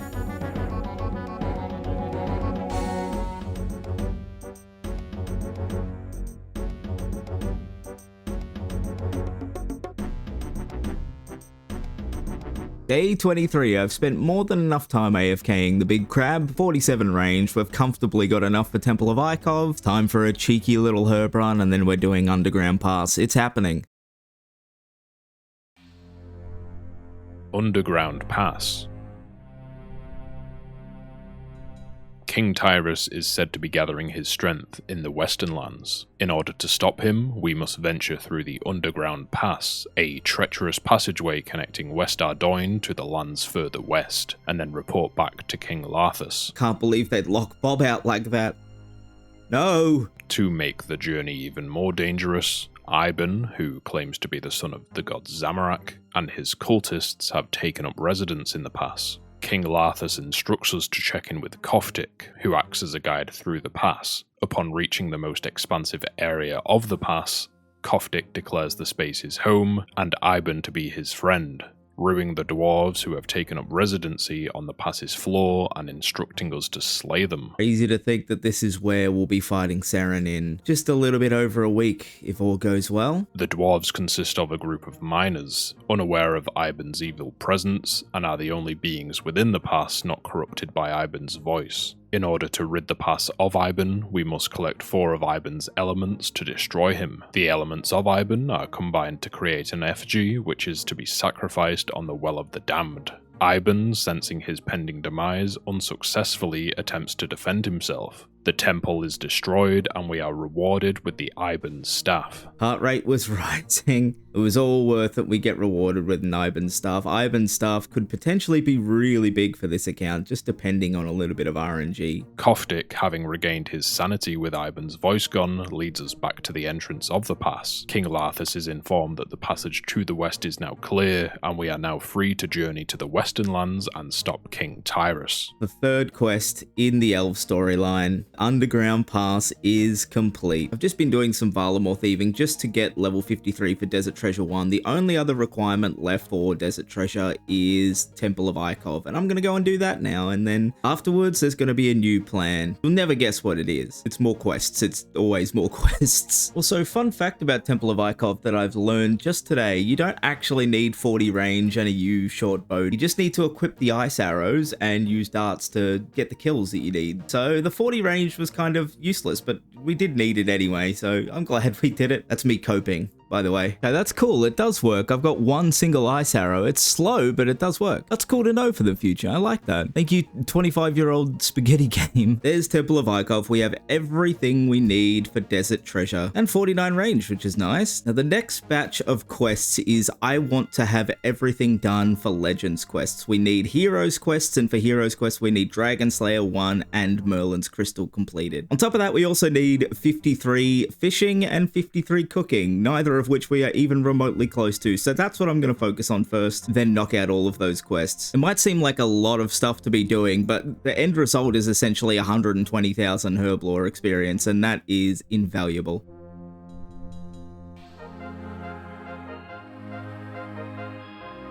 I got invited to go over to my friend's house to have dinner, and who am I to turn down a home-cooked meal? Long story short, there was beverages partaken in, which is great for my social life, but very poor for my in-game life. All the grand plans I had to do, a bunch of quests tonight, out the window. It's just gone past 12 AM, so we are in the final 7 days. 1 week to be able to complete this. Looking at the stats, it's an incredible amount of progress for 3 and a bit weeks of playing, but it's still just nowhere near where we need to be. I think it's dawning on me a little bit that this is maybe not achievable, but I really don't want to think that way. I want to be positive. Tomorrow's just going to have to be a big day. It's going to have to be. Positive mindset. This can be done. I know this can be done. Day 24, I've pretty much spent all of this day just doing fishing and cooking over here in the barbarian village. We've got the level we need for fishing. We can just boost with a fishing potion to get a +3 boost for Heroes Quest. Cooking, we need only 8,000 more experience. I'm kind of contemplating going and doing meet and greet to get the rest of the cooking experience just because I'm tired of fishing. But after we hit 53 cooking, we can do Heroes Quest. We have to do Merlin's Crystal and Dragon Slayer first. So that's what we're going to do. Merlin's Crystal, Dragon Slayer 1, and then Heroes Quest. And then the plan is woodcutting for the rest of the day. Because I need a plan and I need time to make an actual plan. With 1 week left, I need to plan what I'm doing with my remaining time so that we can get this done. And woodcutting is a good chance for me to do that. I was a good boy and decided to just stay here and get my cooking level here. Alright, now time to go and knock out these quests. Merlin's Crystal done. We now have Excalibur, aka the coolest spec weapon in the game. This quest is never going to get old. It's so much fun. This animation, always pure cinema. Dragon Slayer 1 is basically done. Curious to see how much this gives us for defense XP, what level it gets us to. 35. Oh my lord, that's helpful. All of that fishing and cooking experience just to be able to do this. This absolute hero over here helping me out with Heroes Quest, giving the commentary as well. Love your work, King. Love you. Oh, what Nice a beautiful pet. person. Thanks. His name is Bob. We both arrived at the Phoenix for the same time. I love this guy. GL friend. Don't die. Rev Ziggybot, if you happen to see this on the minuscule chance that that ever happens, I don't know, you're a good time. You're a top hang. Best compliment I can give. Heroes Quest completed. We have everything that we need to go and do Legends quests when I'm mentally prepared to go and do that. Stats all getting a nice little boost from those last few bunches of quests. Now there's no way around it. It is time to go and do woodcutting. It's not going to be fun. I'm not going to enjoy it, but I'm getting 70 woodcutting today. I have no choice. We're far too behind to do anything else. For the remainder of my time here on Fossil Island to get the teak logs that we need to make all the planks, I am finally belatedly going to be doing some birdhouses, which really I should have been doing from the start, to be fair. I don't plan on doing a whole bunch, just enough to get past some early hunter levels, and then we can train hunter with a little bit less pain. May as well make use of them while we're here. Back here again, we need about 500,000 woodcutting experience, so I suppose that's what we're going to be getting today.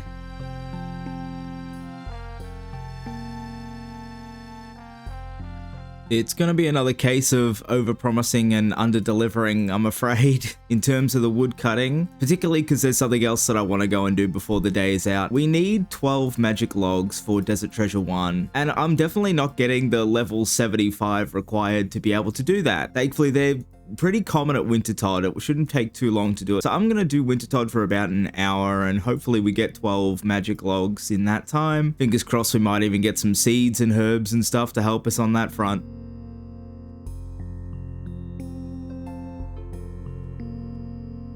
There we are, nice comfy cozy game of Wintertod, about half an hour of progress. First combat achievements of the account coming through as well, all 5 coming through in one game of Wintertod. We got 23 rewards, let's see if we can get lucky with some magic logs.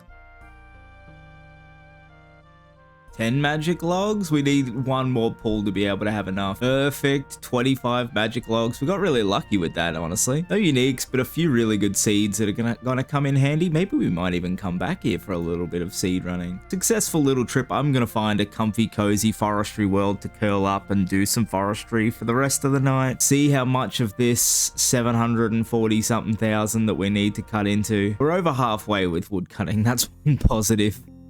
Day 25, 6 days remaining. There was actually a huge power outage in my area last night, so I didn't get to do a huge amount of wood cutting. I did stay on top of the birdhouse runs though, so very unlike me. Today, there's only going to be 1 distraction before we get into the meat of what we're doing. I'm gonna go and do Regicide. 4th quest in the Elven storyline. Gotta go back into the underground pass. It's not gonna be great, but it will be completed, and then today is nothing but Hunter. Every single day so far, I've said I'm gonna knock this skill out in 1 day, no problem, not looking at you woodcutting. So today I actually want to mean it and see if it's actually possible for me to sit down and grind out about pretty much all of the 730 something thousand experience we need for level 70. First things first, Regicide is on the cards.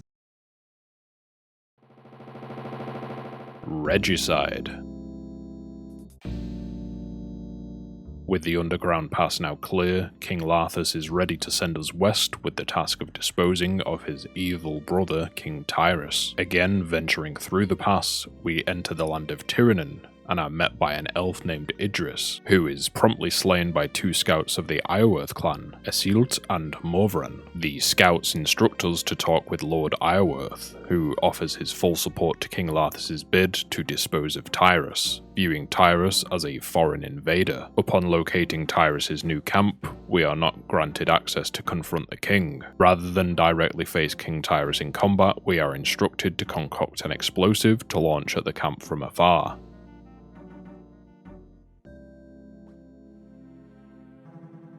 Oh, damn it. I can't throw a ring back in, and I can't take a shot. I have to do underground pass again. There's... Oh... If this is the first time that you've been exposed to anything that I've ever made, this is pretty much par for the course. I'm surprised we haven't had any major screw-ups like this. There's still time, though. Surely we can't mess it up this time. Even when I read the quest helper and follow everything as much as I possibly can, still I find myself in a situation where I've done something wrong. I should be studied. I don't think we're gonna like the results of what the study would say, but I should be. I'm coming to the realization that I don't think I needed to do underground pass again. I just needed more coal.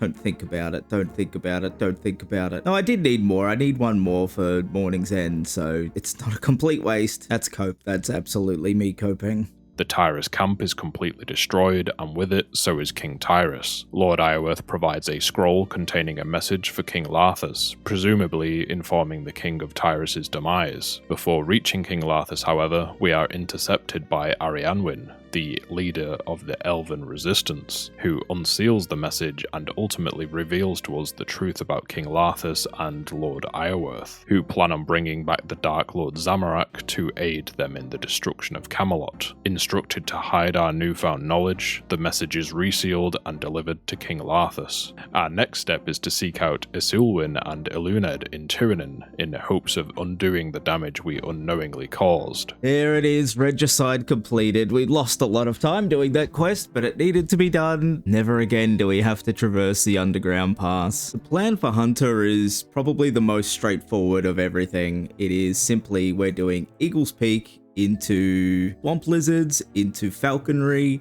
into red salamanders, and from 46 Hunter onwards, I might go and do some Hunter contracts just to keep my sanity. Surely this is the one we can bang out in one day, surely. Eagle's Peak done, now to go lock ourselves to the swamp until level 43.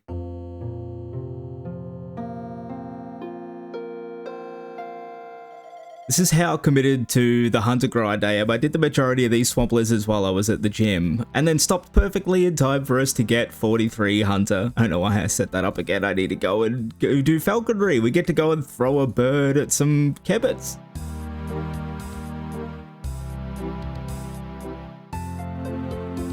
You know, I consider myself to be somewhat of a fan of traditions. And with that said, in line with tradition of saying that I'm going to get a level 70 in one day and not getting even remotely close, we're level 58 Hunter. And I feel like I've been going at this all day. In fact, I have been going at this all day. It's just ticked 12:01 AM. So technically this is day 26. I'm going to keep clicking on these kebbits until I physically can't do it anymore and pass out. But I'm starting to think we might be in a little bit of trouble right now. Day 26, 5 days remaining. Things are looking pretty dire. Let's be honest with each other. I'm just about under 4,000 experience away from level 60 Hunter. I think it's time to deploy the secret technology. The secret technology being completing at first light and doing Hunter rumors. At 60, we will have red salamanders, which was the play to just do that from 60 to 70. But honestly, I need a little bit of a break from doing the same thing over and over. So that's what we're going to go and do. Start rumors. See how we go, get a few bone shards, which will be nice, and today, we must get a level 70. There's no way we can go another day without getting one of these requirements done. If we have any chance of getting Song of the Elves completed, there's no way we've done all this just to miss out because I can't put my head down and grind something out. So it's time to just grind it out and not complain about it. It's only just occurred to me that Adept Hunters loot sacks have a 1 in 12 chance of having 4 noted herbs. So maybe that's what we should be doing to 70 from here on out. 60 to 70, nothing. Well, after first light, 60 to 70, nothing but Hunters loot sacks. Because the herb situation is dire. I haven't done a cash in for a while, but I'm feeling like it's pretty dire. I absolutely got the math wrong for those Hunter loot sacks for sure, because there's 7 loot rolls. So it's a lot more than a 1 in 12 chance. There's 1 in 12 chance for every roll. So I don't know, math. Smart people could tell me.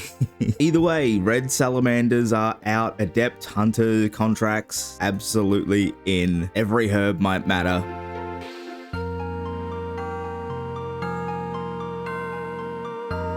That's at first light done. We can now do Hunter Rumors. This is us from level 60, which we've just got from getting this quest done, all the way to level 70.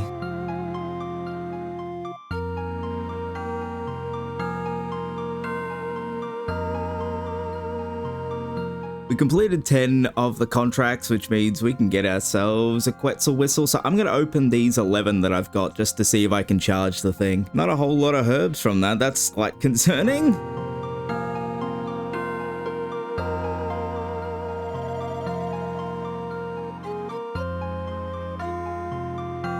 I'm having so much fun doing these rumors. This was such a good idea. If I was doing red salamanders, I would have been losing my mind. This is maybe the first time I've done any skill grind and just haven't been staring at the XP bar. 8 more sacks to open. I'm pretty much just going to open these every time I need to recharge the whistle. So fingers crossed we get some herbs. Whole lot more herbs there. Okay, now we're talking. So I learned today that you can just recharge it with meat. I thought you needed to use Quetzal feed. I haven't really done a whole lot of rumors that will use the whistle in the past. So educational day for me. Goodbye all that Quetzal feed I've got so far.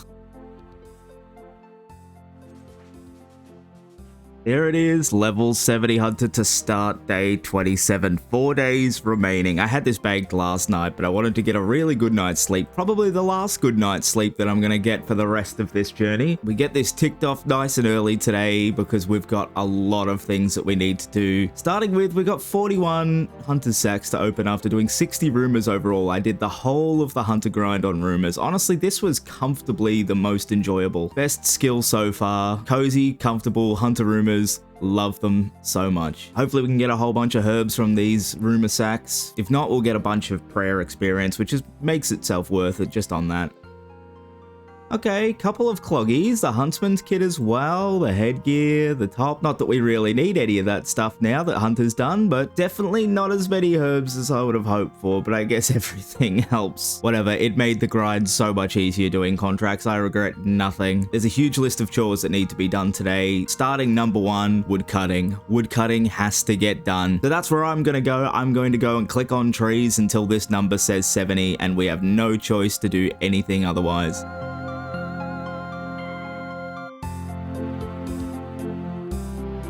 Okay, I lied about the wood cutting again. I got here and I'm almost immediately bored, and I have things to do and I want to go and do those things. The first thing on that list is I completely forgot about Family Crest, which needs to be done for Legends Quest to be available for us. There is a tiny part where we need to be in the wilderness. It's not deep wilderness, we should have no issues, but it is scary nonetheless. What a way to lose the account. Day 27 in like level 4 wilderness. We'll be fine. Alright, it is now time for the one scary part of Family Crest. I have Bob here for emotional support. We only need to go into the wilderness for a little bit. The chances of us dying are almost naught, but just the fact that we have to do it is really, really scary.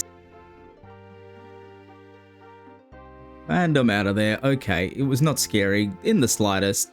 little bit dramatic. Family crest done. That's the last quest requirement for Legends Quest. I do need to go and get 10 crafting levels, roughly 10 crafting levels, as well as a few strength levels. And then we have no choice. It is now time to do Legends Quest. I would like to have higher hit points, but it is what it is. We're running out of time. It's time to just go and send the gamble. Luckily for us, Roving Elves gives 10,000 strength experience as a reward for completing it, so this is a good chance to continue the Elven storyline. Let's do Roving Elves.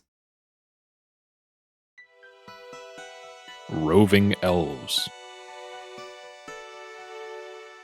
After unknowingly aiding King Larthur's and Lord Iorwerth's schemes to take over Camelot by resurrecting the Dark Lord Zamorak, we join Arianwyn in his attempts to thwart their plans. Arianwyn sends his scouts, Islwyn and Elined, to guide us to the Elven Resistance's holdout, but Islwyn is skeptical of our allegiance due to his prejudice against humans, heightened by the killing of King Tyrus. We inform him that we buried his grandmother Glariel, wife to King Baxtorian, who together ruled over the Elven lands. Underneath Baxtorian Falls in the Waterfall quest, Islwyn decides to help us so long as we complete the ritual of Glariel's burial. A really bad idea with low combat stats, apparently. I'm not cut out for this hardcore business. Once the ritual is completed, Islwyn admits that he was incorrect to pass judgment based on race, and agrees to take us to Arianwyn. Roving Elves, 5th quest in the Elf storyline, completed. Let's see how many strength levels we get. Level 42, I need one more level. 691 experience, that's not too bad. At level 43, I can boost with a strength potion to 50, and that's what we need for Legends quests. Now it's just a matter of getting 10 crafting levels. I can't believe I'm saying this, but thank you, woodcutting, because I think doing Legends quest is not the right thing to do right now. Just wait to have a little bit more HP before we do Legends Quest and before we do Desert Treasure 1. I started woodcutting just because I thought I'm really nervous about doing Legends Quest, and all of a sudden we're 100k XP away from the goal, so at least we're gonna get something done. Just need to stay patient with it. There's still time. There's not a lot of time, but there is still time.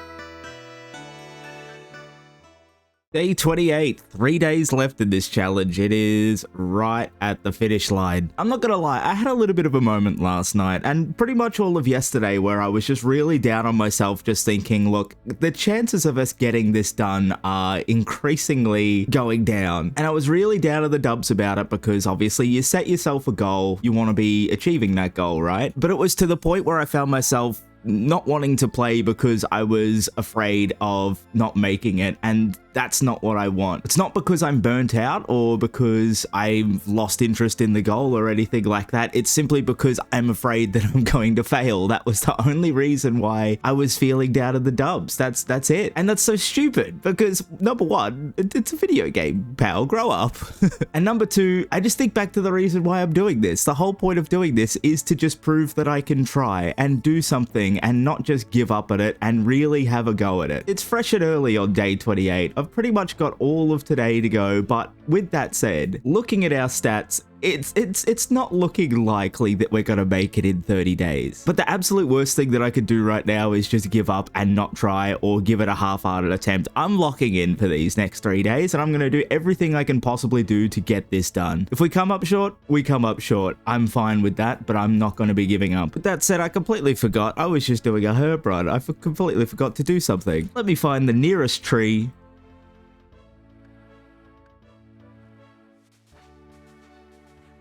There's 70 wood cutting cut off. That's another one of the Song of the Elves requirements gone. We have 2 remaining, one of them being Herblore, the biggest challenge that we've got ahead of us, I think. And then construction, which, by the way, we haven't started. 29 is incredibly deceptive. We have 12,000 experience out of the 736,000 odd that we need. But the big pressing issue that we have is Herblore, and I haven't done any proper calculations or anything, but just doing a little bit of mental math, there's nowhere near enough banked for us to even come close. I've been racking my brain this whole journey trying to think, how can I get seeds? What is the best way for me to get seeds and get a large amount of them in a small amount of time? That's realistic. That's just not go grind a boss that I won't be able to do or will do completely slowly. What can I do to get seeds? seeds. The sad reality is, the answer's been in front of us the whole time. I'm doing more Tithe Farm. It is consistent, it is the best way that we can get seeds, and just because I don't want to do it is not an excuse at this point. I get the dopamine of being able to use the best seeds to do this as well, so that's something. Every hour here, if I'm doing it relatively efficiently, I can get 4 to 5 seed packs. Whereas with farming contracts, I can get one every 1 to 2 hours at best. Sometimes 9 hours, sometimes 6 hours. It's just not consistent enough, and I honestly feel like the packs here are better than the contract ones from the Farming Guild. I don't know if I've just been incredibly unlucky, but I feel like I'm getting no good seeds from those contracts. So this is it. We're leaving no stone unturned. If we're going to fail the challenge, it's not because I'm afraid of dying, and it's not because I haven't tried as hard as I possibly can to get these requirements for Song of the Elves. We're going hard, and whatever happens, happens. If we fail, we fail. I'm okay with that, but I'm gonna try my absolute hardest.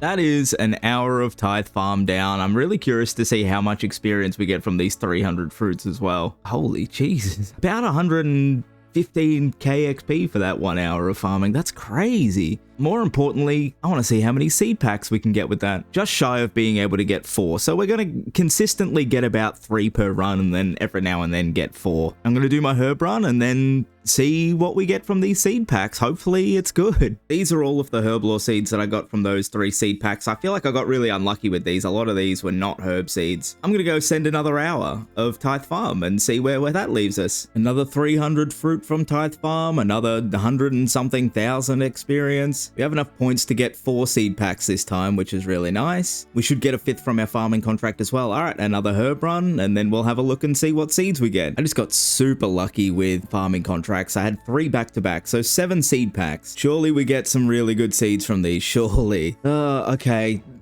Not as great as I could have hoped for, but it's something to keep us going. I'm not going to keep on showing all of these Tithe Farm runs and pack openings and all that nonsense. I'm just going to be doing it in the background, but for now we've got a small little stockpile. It gives us a bit of time to be able to go and do something else. We're in dire need of magic level training. We need 63 magic as our first little checkpoint, so the best way to do that for us right now is Mage Training Arena. Straight into the Alchemist room. We stay here until we are level 60 magic, and then I'll be checking in.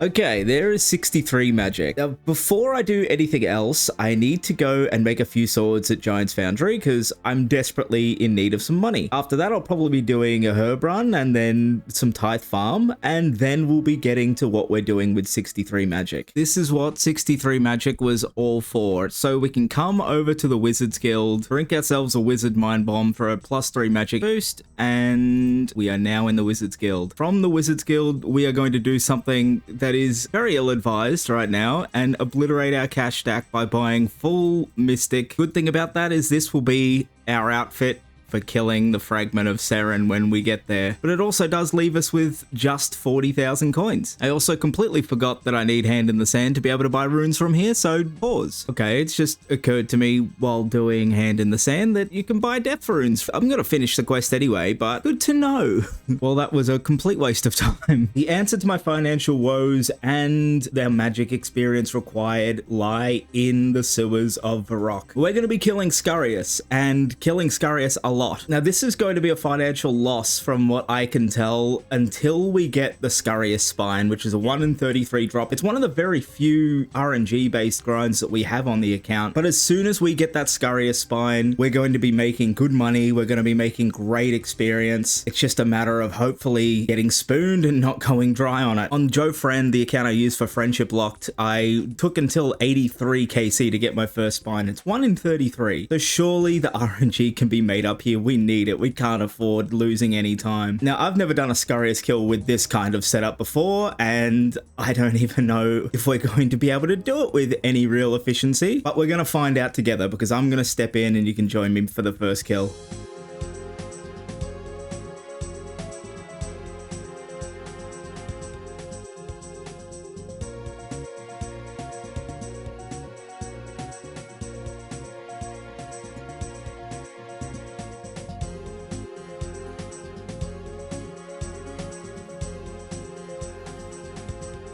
That was incredibly horrible. For 2 lobsters, okay, this might be a situation where we reassess. And honestly, I'd banked on this being part of the plan, so if this isn't it, then I don't know what to do. There's a system update coming up. I'm going to take that time to have a think about what we can possibly do. Okay, so I did a quick DPS calculation, and the Iban staff is basically double the damage output that I currently have. We require 50 attack to be able to do it, but I'm just going to have to go and get 50 attack, probably through questing. Oh, the things that we do. I'm going to need 200,000 coins to be able to upgrade the Iban staff, so I can hold 2,500 charges, and probably make a bit more money as well to buy death runes to use the Iban staff. It just never ends, does it? If we weren't already pressed for time, we're beyond pressed for time. 20 seconds till an update. I'm logging out, and I'm gonna have a real good think about what we can do. Spent a bit of time contemplating what I'm gonna do. I ended up making money by just going back to Giant's Foundry for a little bit. I have the challenge ahead of me of getting 50 attack pretty quickly. I can go and do Vampire Slayer and also Fight Arena, and those 2 things I'm gonna do before I go to bed. And then I'm just gonna pass out by punching the big crab. Level 50 allows us to equip the Iban staff, then we can start the Scarius grind. There's those 2 quests done. Let's see how much attack experience that gets us to. 46. We need about 100k, so 27k more to go. I have one more job to do before I settle in at the big crab and then pass out for the night, and that is to upgrade the Iban staff. 200k about to disappear. Now we get 2,500 charges on the Iban staff. Hopefully we don't have to use them all. Hopefully we get rewarded for having to go through all of these hoops. We get a Scarius spine very nice and early into day 29 tomorrow. That's the end of 4 weeks. Only 2 days remaining. Day 29, the second last day of this challenge. As these days progress and it feels more and more like we're just not going to have enough time to get the Herblore done, I'm going to try and really narrow the scope. If I'm unable to complete Song of the Elves, which again, I'm not giving up on, I'm going to continue grinding to be able to try and get there. But if we can't, I at least want to have all of the prerequisites done minus the Herblore. So I'm going to narrow the focus a little bit. Today, I want to be completing Morning's End Part 1 at least, and potentially even getting 70 construction. We have a date with Scarius because we need about roughly 1.3 to 1.5 million to be able to make all of the planks that we need for construction. But at the very least, I want to be able to say that I'm almost ready to do Song of the Elves by the time the days are up. We'll see. There's a lot of things that I need to get done today. Still have a couple of quest prereqs for Morning's End Part 1, those being Sheep Herder and Big Chompy Bird Hunting. I'm going to go and do those really quickly right now. Big Chompy Bird Hunting done and Sheep Herder done. We now have everything we need except for 60 range for Morning's End Part 1, and we're 12,000 experience off. We might even get that at Scarius, which is where we're headed. We have no choice. It's time to go and make a little bit of money, hopefully, and get spoon to Scarius spine if we're really lucky. Moment of truth, time to find out how much better this is than just using a fire staff. Hopefully it's not too bad, and even more hopefully we get spoon to Scarius spine.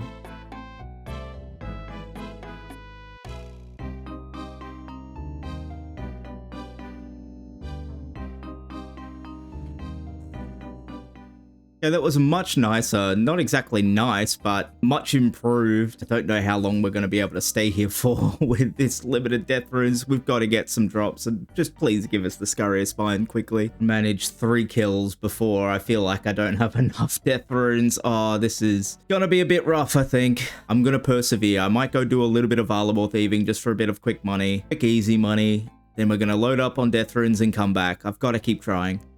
A long bone drop. This is what I've resorted to. World hopping to sell wines. Worst case scenario, I might just have to do this for the money to be able to do construction. I really don't want to do that. I would much rather just be able to get this Scarius spine as quickly as possible and start making money while training magic. Beggars can't be choosers, I suppose. We'll see what happens. Okay, I am well stocked for at least maybe 10 kills if I'm lucky, I suppose, at Scarius. I hope to God that this is enough. We just need a bit of good luck here. We're desperate for a bit of good luck.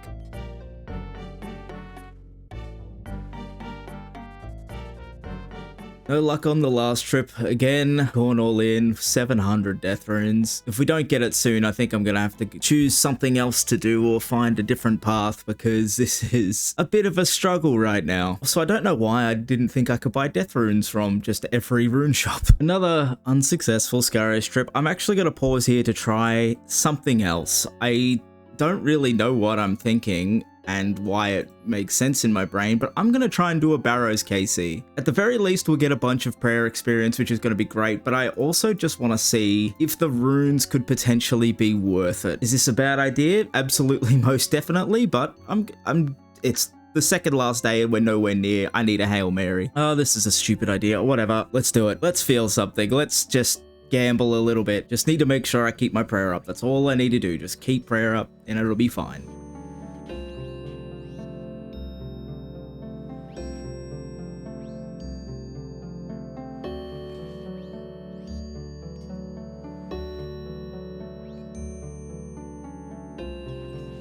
I'm just going to quickly loot the chest and teleport out of here. Okay. Success. Let's have a look. Well, that run, I don't think was worth it. If we got a little bit luckier, maybe, but I don't know what I was thinking doing this. This is a stupid idea. This is a really stupid idea. Look, if nothing else, we basically just traded 4 prayer potions for how much prayer experience is this? Let's find out. 20,000 prayer experience. Where does that get us to? I mean, 3 more prayer points. It was a great little excursion. We're still in a horrible situation, but we have more prayer experience. That's cool. I was sitting at a bit of a crossroads. I'd saved up a little bit of money and I thought, look, maybe this is time to just start trying to make the 1.3-ish million a different way. But no, I want to let it ride on the big rat. It's perfectly fine. It's all right. I don't think we're going to be making our 30-day goal, but whatever. I've committed to the big rat. I'm going to continue clicking on the big rat and there's nothing that can be done to stop me. Surely we're rewarded with a spine for such dedication. Please. This kill is about to be kill number 33. This would put us on rate for the spine. Please. I'm running out of runes. I'm running out of charges for the Iban stuff. Please. Death runes is nice, I suppose. We can stay here for a little bit longer. If we don't get this drop soon, it's safe to say that the Rat Gambit is a massive failure. There's 323 charges left on the staff. If this runs out, we have to go through the underground pass again. Oh my god, I actually got it. Oh, I was just about to teleport out. Oh my, I don't have the words. Oh, thank you. Thank you, thank you. Oh my lord, that's massive. 35 KC. How many charges left on the Iban staff? 192. It was running really, really close. Probably had enough for 2 more kills. Oh, that's massive. That changes everything. The experience goes way up. The loot goes way up. We're actually going to be earning money. This is so good. I was getting really demoralized. I at least wanted to be able to get construction done tomorrow, but there was no way we were going to be able to do that if we kept going dry. It's already 9 PM here at the moment. This gives us a small chance of having construction done tomorrow at least, even if we can't do Herblore. Oh, that's incredible. I've been desperately waiting for this moment. I don't know how to make this thing. There it is. Perfect. Here's the bone stuff. Oh, yeah. I did a DPS calculation and we almost double our damage output just from getting this one thing. This is going to make life so much better. Oh, I'm reinvigorated. I'm ready to go and kill the rat. I need to see the difference immediately of how fast this kill is compared to how it's been for the last, like, 5 hours.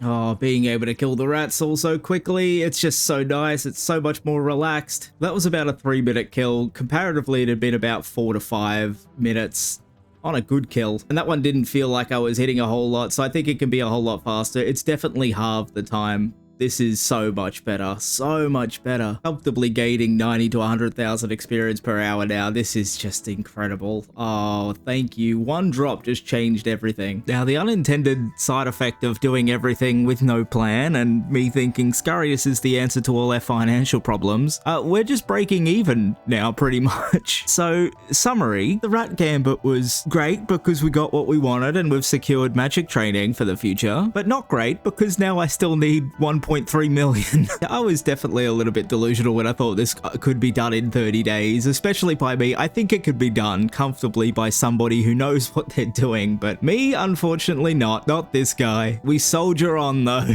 We do the best that we can. I'm gonna take a little break, either that or call it for the night and do some mobile gaming, make some money. Either way, we're gonna come up with the 1.3 to 5 mil or however many monies we need to be able to do construction. We're doing it. We're getting it done. Tomorrow we're also getting the rest of the prerequisites for Song of the Elves completed, minus Herblore. Herblore is just... maybe we'll see how close we are. The belief is gone, but the will is not. This is gonna be completed no matter how long it takes.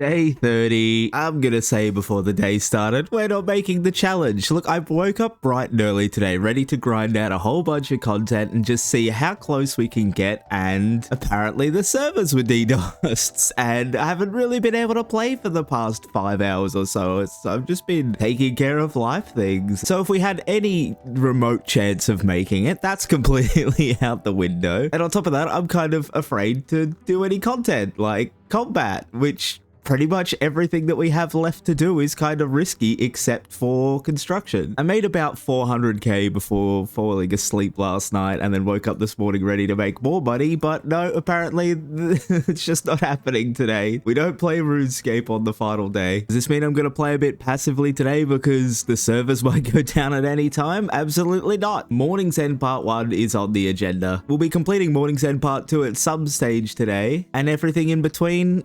I don't know. Before doing Morning's End, there's one thing I wanted to do for a couple of weeks, but just didn't, and that's go and do a few games of LMS. Get some points, buy some rune arrows, have a passive income and a source of magic training just while I'm running around. I really should have done this so much earlier, and I'm screaming at myself for not doing it, but here we go. Quick and easy 6 points, 600 rune arrows for us to run around and alch while we do quests and all that nonsense. God, I wish I'd done this sooner. Also a landmark occasion for the account. The first clues completed on the account that I've done. I really probably should have tried a bit harder to do these as well, because it could have some upgrades and some passive income, all that kind of stuff. Either way, we have 1 easy and 2 mediums. Let's just click them. Absolutely nothing. Absolutely nothing. I mean, still kind of absolutely nothing. This is why we don't do our clues, okay? I've just been validated once again. Time for the 6th quest in the Elf storyline, Morning's End Part 1. Morning's End Part 1. Eluned grants us access to the rebel elven outpost Schletoa, where Arianwin tells us the history of the crystal city of Prifddinas. All elves lived in harmony within Prifddinas' walls, alongside their goddess Seren and King Backstorian. During the expansion of Prifddinas, their forces were worn thin, and Lord Ioworth took full advantage, claiming Prifddinas as his own and capturing Glariel. As a last attempt to keep the city safe, Backstorian and the clan elders reverted the entire city to a crystal seed, before Backstorian isolated himself within Backstorian Falls, awaiting the day he would be reunited with Glariel. Arianwin informs us that Ioworth has used the allegiance with King Larthus as an opportunity to infiltrate West Ardoin, with the Mourners being Ioworth elves in disguise. In order to further understand Larthus and Ioworth's plans, we ambush a Mourner crossing the overpass of Arandar and sneak into the Mourner headquarters. I know it's part of the quest and I knew it was coming, but I'm just not cut out for this hardcore stuff. That was extremely scary. Disguised as a new recruit, we formally meet Asilt, who wants to maintain people's belief in the plague by repainting the sheep to appear infected. Having completed the task, Asilt gives us one more task: actually make the citizens of West Ardoin ill. In order to concoct a non-lethal poison, we ask for Elena's assistance, which she reluctantly agrees to. Apparently, if you use this toxic naphtha on a fire, it does 75% of your HP, and that would have frightened me. So thank you, very large capitalized letters on Quest Helper. After poisoning the food supply, Asilt feels comfortable revealing what they are doing beneath West Ardoin. Many years before, the goddess Seren ordered the construction of a great temple beneath the earth, which guards a great power that is key to Iorwerth and Lath's plans. He believes that the temple is right here. Asilt requires us to undertake a great task, which he will inform us of at a later time. We immediately share this information with Arianwyn, who recognizes the temple as the Temple of Light, which he fears will be used to summon the Dark Lord. Oh, Morning's End Part 1 completed. Only 2 quests remain in the Elf storyline. Morning's End Part 2, which we're going to be doing later today, and then it's just Song of the Elves. While I'm here, I'm going to start Morning's End Part 2, so we don't have to do it later. Oh, I don't know why my anxiety has just peaked this whole time. It's crazy. It's really not that stressful of a quest. I think it's just because the closer that we get to the end, the more that I'm just really wanting to be able to actually do this without dying. We may not be able to get it done in the 30 days, but really that was just sort of a side project, a hook if you will. I'm so determined to be able to get into Prifddinas without dying. The server seemed quite stable after today's fun little event, so I'm gonna pull the trigger on Legends quest. And if I thought Morning's End Part 1 was stressful, this is gonna be 10 times worse. So nervous and excited to be doing this quest finally after all of this time. We're gonna find out after this quest, assuming everything goes well, just how far off we are from having the 70 herb law. It should be okay, I just need to be switched on the whole time. There's certain points where we need to pray and be ready to react in case we fail agility. I can do it, I can do this, I know I can do this. The fun little strategy I learned is if you stand on this tile where Bob is standing currently, this one, and you chop that tree and then chop the tree that's in front of you, you're through. Always good to know. Don't click the wall of fire, right click it, actually reading what the quest tells me to do. Now the fun part of the quest begins, traversing this labyrinth. Now I don't have 50 strength to be able to open this ancient gate in front of us, but I do have a super strength potion dropped from Scarius. So I'm gonna have a sip of that, push through this, turn on the prayer because the bats are immediately going to hurt me. It's just occurred to me that I don't have any food on me, so I'm gonna play it smart. Don't be stupid, just teleport out, get some food. Let's try this again, but with food this time. Okay, well I had to teleport out anyway. Goes to show what I know about the quest. There it is. Completely forgot about the prayer draining. I'm also doing negative damage to this man. I don't think this is the play. I believe this is a safe spot, but also I'm doing no damage. There is no safe spot. I'm teleporting out. Oh, okay. Okay, this is a lot more effective.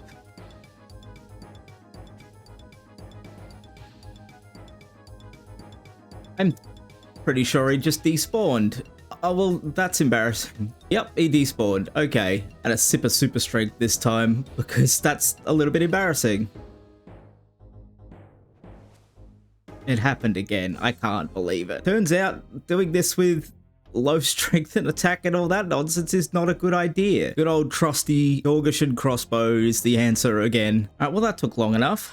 Heart rate is through the roof. I'm not having fun at all. This is just fear. The thing is, I know if I wasn't a hardcore, I could do this fine. I've done this recently on Joe Friend, but like, it's just the fear of getting it wrong and dying. It's just insane. I don't know how real hardcore players do this. Okay, and that was really just a warm-up. Now the real fun begins. Now this is the thing that I wanted higher hit points for. In fact, I'm gonna wait until I've got 56 hit points to even do it. Falling off here can take 40 plus damage, and you can take damage immediately from one of the monsters that are down there as well. So I'm just gonna keep Prey Melee on the whole time. This is quite frightening, but at least Bob's having a good time. I just wanted to pick up the blue hat and I just had a heart attack. I was ready to teleport out. Oh, I'm just the most afraid person in the history of the world. I need a bravery potion IRL. My heart is like thumping in my chest. There's not even any reason. This isn't that frightening. I can't explain it. After all that, we made it through with no problems. Look at that. No reason to be afraid.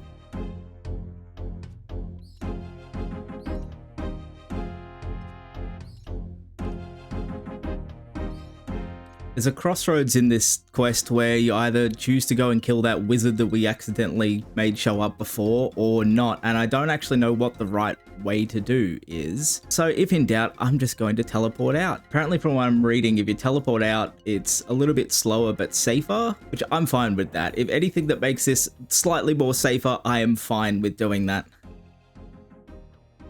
Just like that, okay. 30 something damage, that's not too bad. All right, switch on again. There's going to be another fight, same mechanics.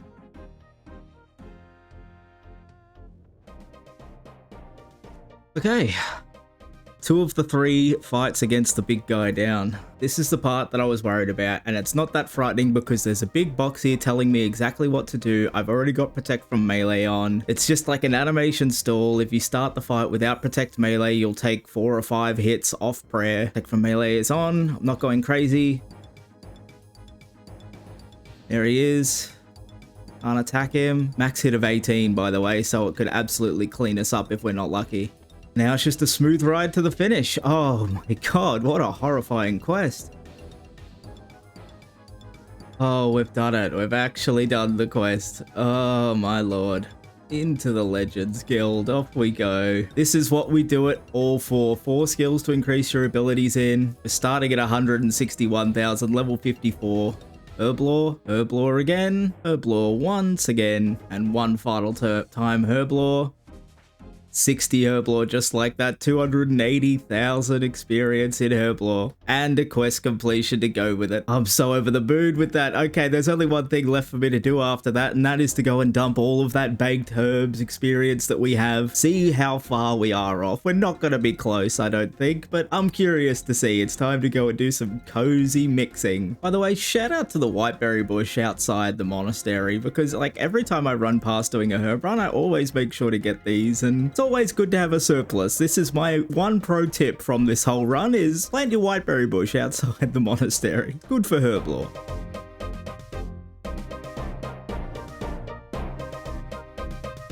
We only got about halfway through level 61 from what we have banked that we can use, but it only tells a very small part of the story. We have a heap more herbs sitting here. I'm not going to go use those herbs right now. First of all, I need to go and do the Making History quest, which is the final standalone prereq quest for Song of the Elves. And then I'm doing Morning's End Part 2. After that, that's when I'm going to do the big plan for Herblore, and I'm really curious to how close we're going to get. Making History completed. It is now on to Morning's End Part 2. This is the one quest that I've really been dreading.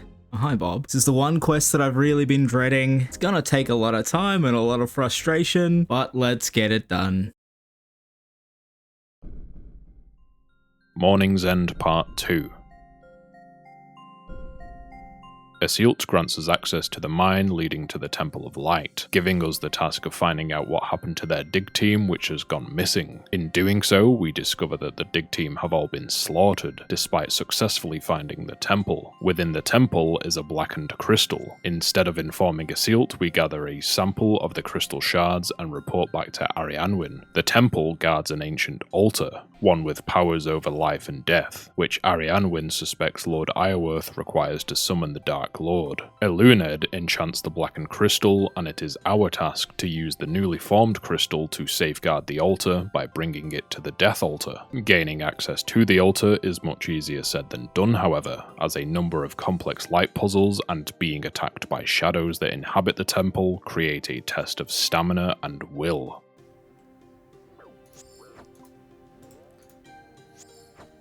Okay, not gonna think about it. If I'm in any danger, just teleport out. There's no point risking it.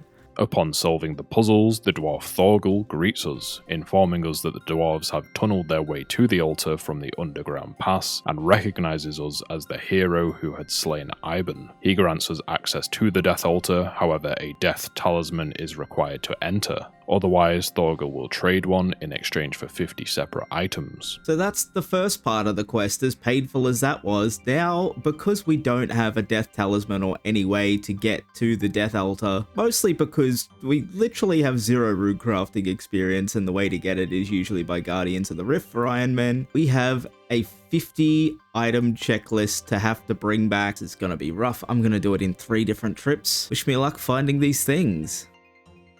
Okay, trip number 1, Here is trip number 2 done. Everything left on the list now is just really annoying things to go and get. Oh, that took forever. Finally, the last of the items that we need to bring. Now, all that's left to do is finish the quest. With the enchanted crystal brought to the altar, the dark crystal within the temple is replaced, successfully safeguarding the Temple of Light and preventing the return of the Dark Lord. Arianwin is informed of the presence of the dwarves in the pass and the temple, sending an envoy to parley with them. Despite the temple being secured, the threat of Ioworth's forces still looms. The 7th quest in the Elven storyline completed, the worst one of them all, and it's done. We've done all the prerequisite quests for Song of the Elves, but unfortunately, we've run out of time. It is day 30, and it is the end of day 30, and it is time to check with Hans. It should say 91 days. There it is, 91 days. We started at 61. Our time is up. I'm not disappointed in the slightest. I thought I'd be really bothered by not making the 30 days, but I'm really just glad that I got to maintain my life. I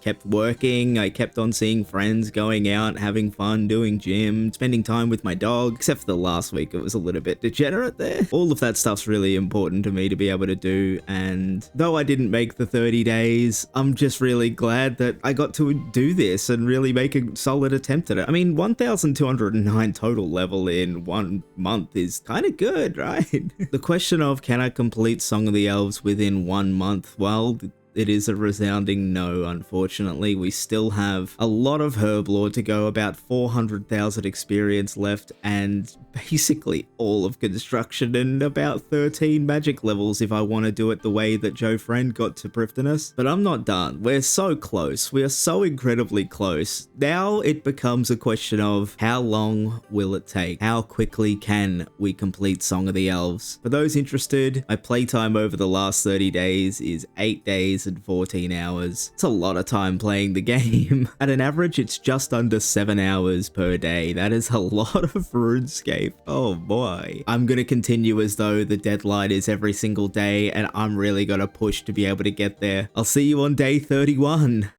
Well, I wasn't expecting on being here for a day 31, but here we are, day 31. I've pretty much just been sitting here both alching rune arrows and doing pickpocketing of wealthy citizens just as my income. We're over 700k at the moment. After we alch these, we'll probably be around 730, 40k, so probably still another 600k to go for the construction grind. But this has been my overnight kind of AFK thing that I've been working on. Regardless, I'm gonna finish off these arrows, and then today is all about Herblore. I want to do as many things as I can to be able to get lamps and experience rewards from quests for Herblore. What those quests are and what those diaries will be, I couldn't tell you. I'm simply just going to look at everything I can do all of them, and we'll check in at the end of that. Also got a couple of easy caskets, may as well open them, might get a little bit of money. Oh, I mean, Fashionscape, that's coming along for the journey for the kill against the Fragment of Saren. Okay, so first I've just done the Falador, Kandarin, Karanja, Kulrend, and Mauritania diaries. That's going to give us a grand total of 11,000 Herblore experience. Next up, I'm going to be doing My Arm's Big Adventure. Before I do that, I am going to do Taibo One Eye Trio. I don't need it for the quest, but I do need it to be able to buy Karam ones, which I'll be using as a food source when we fight Saren, and for whatever big quests we have left, mainly Desert Treasure 2. So that's next on the list. Taibo One Eye Trio completed. It's huge for a lot of reasons. Well, huge for one reason, I'm exaggerating. That one reason being we can now buy raw Karambuan, which is incredible. Basically an unlimited source of good food, so life is very good. I now have to get 60% Taibo One Eye favor, which is not going to be fun, but after that we can do My Arm's Big Adventure. There's no way. I literally just started this and got a Gauchu, but I need a spade immediately. There's no way that just happened. I have never, like you can see, I have 2% favor. I literally just started doing this. This is insane to be able to get a Gauchuba that quickly. There's not much we can do with it because we still need 65 fishing, but we would have been able to do the Karamja Medium Diary if we did have 65 fishing. I just thought that was insane.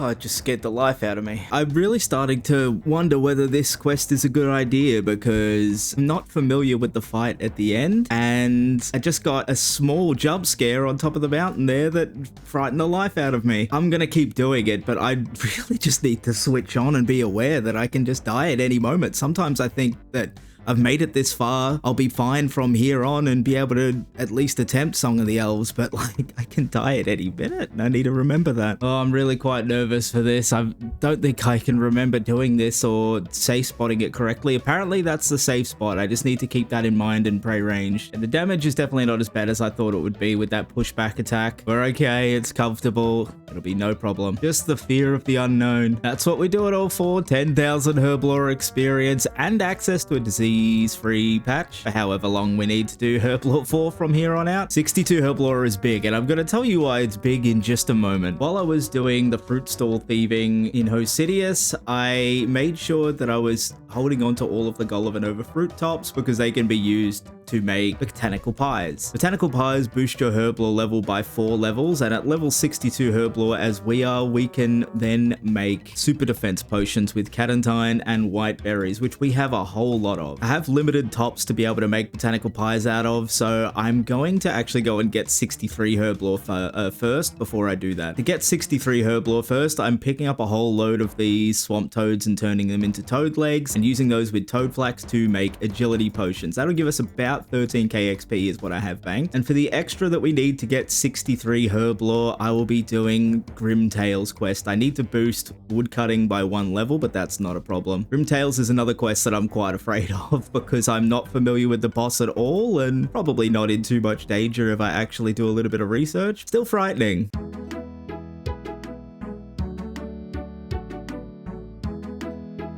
These Eclipse Reds that we've been using to make a bit of money and world hopping for, they actually give you a +1 boost to your woodcutting as well. That gives us 71 woodcutting, which allows us to do Grimtails. I'm not familiar with this fight at all. I've done some reading, so I'm somewhat prepared for it. Quite scared though. Just see how we go. Okay, a little bit spooky, but really not much to worry about. Just the fear of the unknown. Now this is what we use the Eclipse Red for. Have a drink.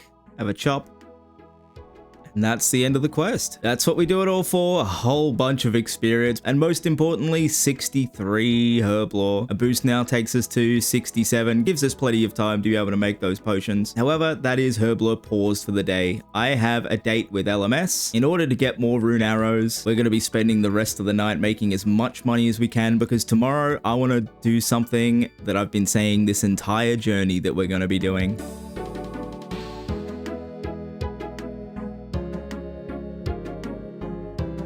It's a special day today as we start day 32, making a little bit more money. One, we're over 1 million gold for the first time, and definitely the last time on the account. But it's a special day because I'm going to do something that I've said I'm going to be doing the whole time I've been doing this little run, and that is completing a whole level 70 in one day. The only one left is construction, and we're at level 29, but don't let it fool you, 12,000 experience out of 736,000-ish. I should know the number by this point. Basically 720,000 experience in one day, and that is what I would like to achieve today. It's our last opportunity to do it, and I really want to say that I did it at least once and not be a complete liar every single day. There's not a lot to say about construction. It's mahogany homes and then mahogany homes and then more mahogany homes. That's pretty much it. Let's find out if I can do it. Before we do construction, gotta do these 3 easy caskets in which we will get nothing. Yep, not a lot to write home about, who would have thought?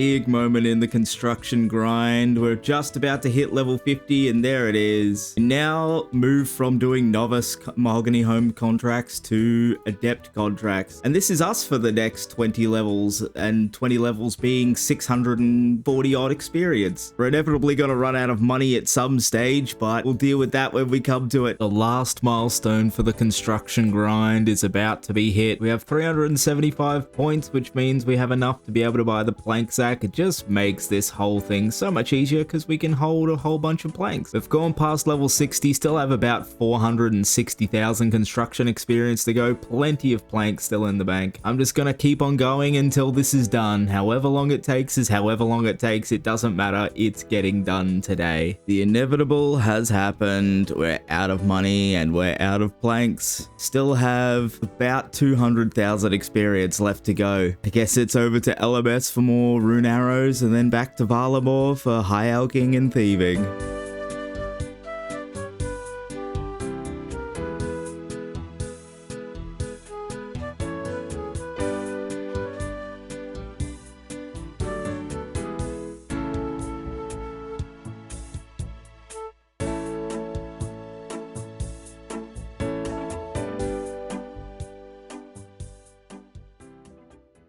I fell asleep on the couch making planks last night. And with that untimely snooze means every single time that I said I'm gonna do a skill in one day, I failed to do so. Didn't complete Song of the Elves within 30 days, didn't do any of the level 70s within the day that I said that I'd do them. The only thing I've got left for this account is to make it through Song of the Elves with a red helmet. No pressure or anything. My word just doesn't mean anything apparently. I've been completely wiped out of money. I've got 18 lore runes left, absolutely 0 nature runes, and these remaining planks of all that we've got left. But we made it barely to 70 construction, only one level 70 left. It's just the hardest one to go, Herblore. We still have about 360,000 Herblore experience to get, and I'm not going to waste any time. We need to get going. It's time to start boosting our level and making as many super defense potions as we can.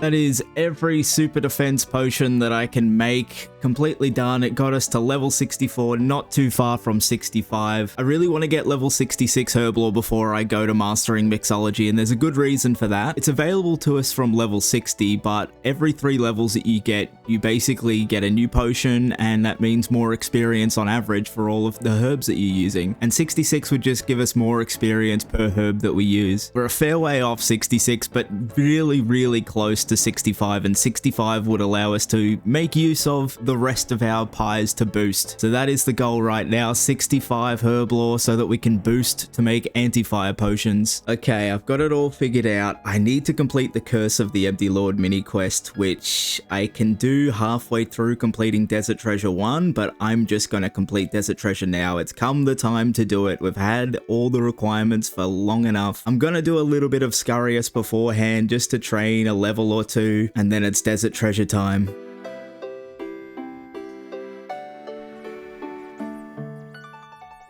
Okay, this is what I'd been opening easy clues for, any of the blessings, because without getting any of these in any of the clues, we would have been going into the Seren fight with nothing equipped in this slot. This is big for us. It's only a +1 prayer boost, but it is better than nothing. At least we're not going in with a missing slot. I'm honestly just doing everything in my power to delay doing Desert Treasure 1 at this point, even going and charging the Ivan Staff and the Underground Pass. It's by far the most dangerous content we will be doing until the fight with Seren, and I just really don't want to mess up this deep into the run. Like, if I die now, I just know I'd be incredibly disappointed, and I really don't want that. It has to be done. It is essential for getting the fight with Seren done. I'm gonna do it. It's 4 mini bosses. It's just 4 mini bosses. Just be prepared. Don't make mistakes. It'll be fine.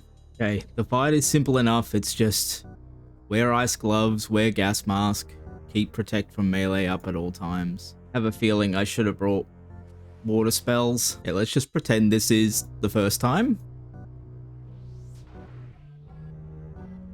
Okay, 1 out of 4. First gem. Now, first thing I need to do is immediately get to a bank. Keeping any of these gems in the inventory can have some guy just show up and randomly attack you, and I just don't want to deal with that. It can start happening after 1.5 to 2 minutes, so I'm not going to risk that every time we get a diamond straight in the bank. 1 out of 4. Okay, that wasn't frightening. This is okay. It's not that dramatic. I'm well and truly prepared for the lockpick portion of the quest. Fingers crossed we get lucky anyway. Ah. Come on. I'm getting absolutely mugged here. Just getting mugged. They're gonna take me for all I'm worth. Oh, thank you. It took about 50 lockpicks. That was insane. Okay. Straightforward. Kill the first phase. Set up a bat to safe spot it. If any doubt, just click the ectofile. Get out of here. Need to safe spot it quickly.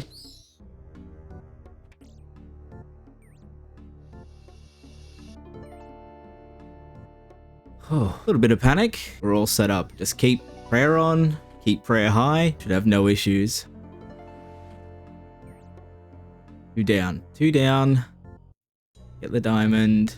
Teleport out. Put it in the bank. 2 more to go. Alright, this is the one that I am most afraid of, but it is really simple in theory. It's just stand next to him, keep protect from melee on, eat through the damage, get the kill. I'm well equipped with enough food. Surely we're able to get this done.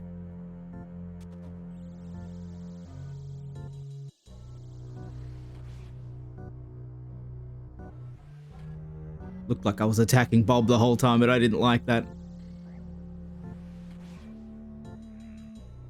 Really not frightening at all. It's not that these bosses are inherently hard or anything like that. It's just that they're scary, and I expect myself to be able to kill them, but if I make a mistake now, it would just be devastating. 1 boss left though, just 1 more to get through. Well and truly prepared for this. Have plenty of super restores for the stat drain. Super energies to run through this. Should be no problem. Quite simple. Just, again, melee distance. Keep stats up. Keep prayer up. Pray melee. Get the kill, finish the quest. Just looks like I'm attacking Bob again. There we go, he's back on my side. Yes, dude, yes. Free chocolate cake as well. Okay, I gotta quickly get to a bank, the checkpoint. We have all of the things. Now I just need to get them to the pyramid and get through the pyramid. 1 last step just to get through this horrible pyramid, and hopefully we don't fall out too many times. Oh, only got so many super energy potions. Come on, we're so close. 1 more floor. Come on, I'm so close. The door's right there, surely. Come on. Oh my god, yes. We've actually done it. It's been done. Oh my god, I thought that was the floor. Wait a minute, hang on, leave me alone.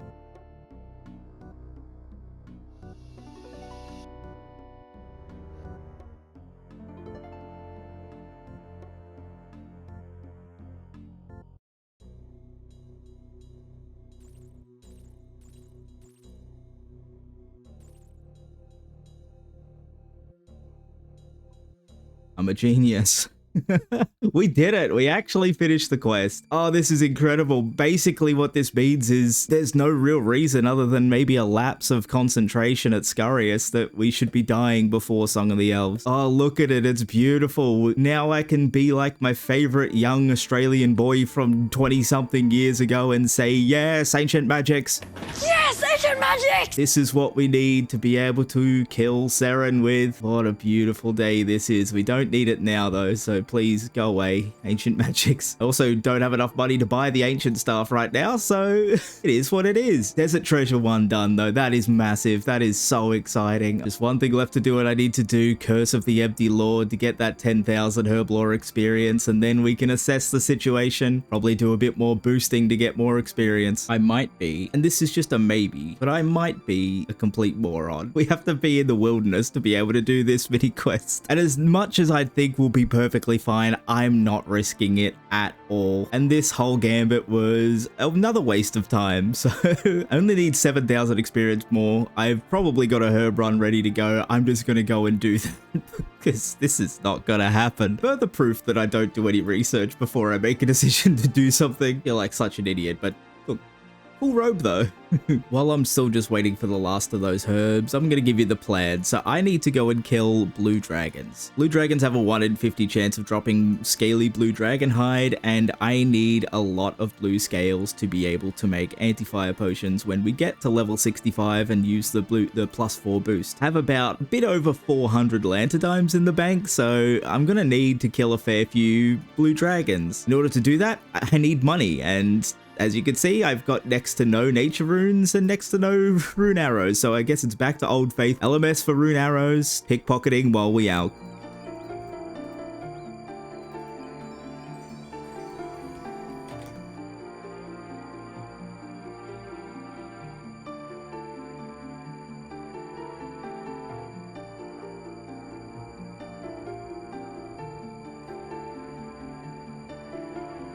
WTF?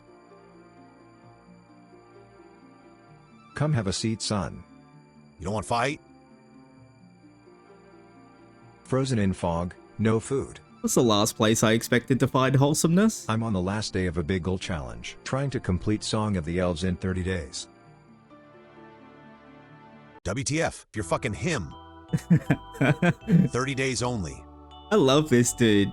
This dude's sick. Little does he know I've already failed, but I'm on 100 plus days playtime, still not ready for that quest. You're gonna blow up. Oh, you're a sweetheart. Now kill me, king. This LMS sunset is beautiful. it is beautiful. Dude, what a guy. What an absolute guy, This just pains playing me. into the pit. This pains me.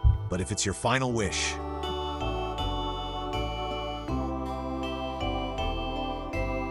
What a way to go out. Good luck, gamer. That interaction just put the biggest grin on my face. What a great thing to experience. In the last place I'd expect to experience it. Hot paradise.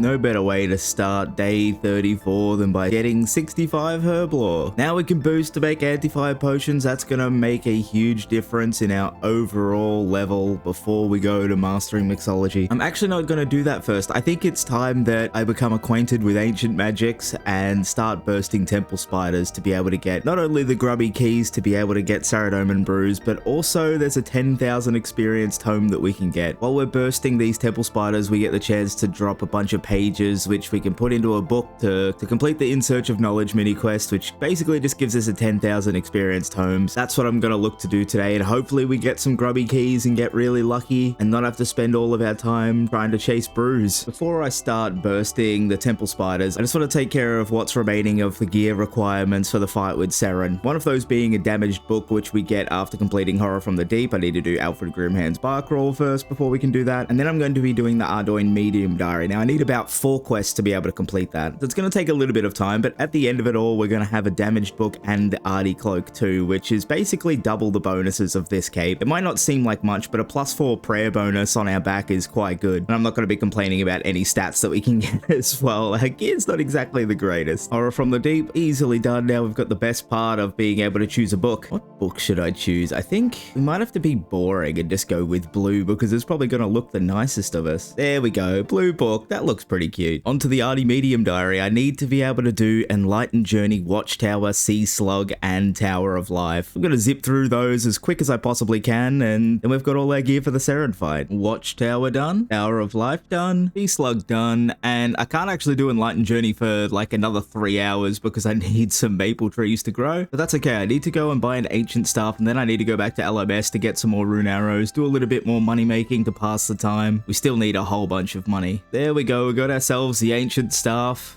Over to LMS. Hello. That's a weird hello. whatever. I've been looking for a way to sort of shoehorn this little yapping session into the run. I didn't really know when to do it, but I figured now is probably the best time to be doing it. First thing I need to do is turn off the game sounds because the elk noise is going to drive me crazy. If all goes well with Herblore and the grubby chest, there's probably only one day left after this until we attempt Song of the Elves. So yeah, just want to sneak in a little bit of a yap session and say a few words. A few things I feel compelled to say. The first one being, I'm sorry about not making it in 30 days. I don't want anybody to feel slighted or that I was going for something that was unrealistic. When I started this challenge, I didn't know how long it was going to take, and I thought that I could do it within 30 days. Even with all of the life things, you know, work and family and all, you know, all that sort of stuff. I think I could definitely do it if I were to do it again knowing what I know now and if I actually had a plan, but I really wanted it to be authentic. You know, I didn't want to make a big checklist and go through that and follow that. That's not me. It's not the way that I play the game. I just sort of play it on a whim. I knew what we needed to get in terms of the skills and levels. I just winged it and made it up as we went. With that said, I would absolutely love to see somebody else's attempt. That's a big thing that I want to take from this is if somebody else were to do this and attempt this, like I think they could absolutely smash it and I'd have the best time watching them, seeing what they would do that I didn't do, which is probably many things. I know I've got a long list of things that I would do differently if I had my time over again. I hope that even though we haven't made it in time in the 30 days, I hope it's still been a fun experience and a fun watch. Like, I'm not a big content person or anything like that. I'm really doing this as a bit of a self-fulfillment journey, I suppose. Something I've always wanted to do is just try my hand at making content, RuneScape content, and I really hope you've enjoyed it, and I would like to do more of this kind of thing in the future if time permits as well. Which leads me on to, I'm really missing playing Friendship Locked, and Friendship Locked is my favorite thing I've ever done in this game. If this happens to be your first time experiencing something that I've made, I'd recommend checking out Friendship Locked because it's dumb and it's stupid and I love it. It's my favorite thing and I can't wait to get back to making it. And the last thing just being a massive thank you. Like, if you've made it this far in the video, you've obviously watched it along, unless you randomly skip to the end to see what happens and you've happened to land into this yapping session, which go back.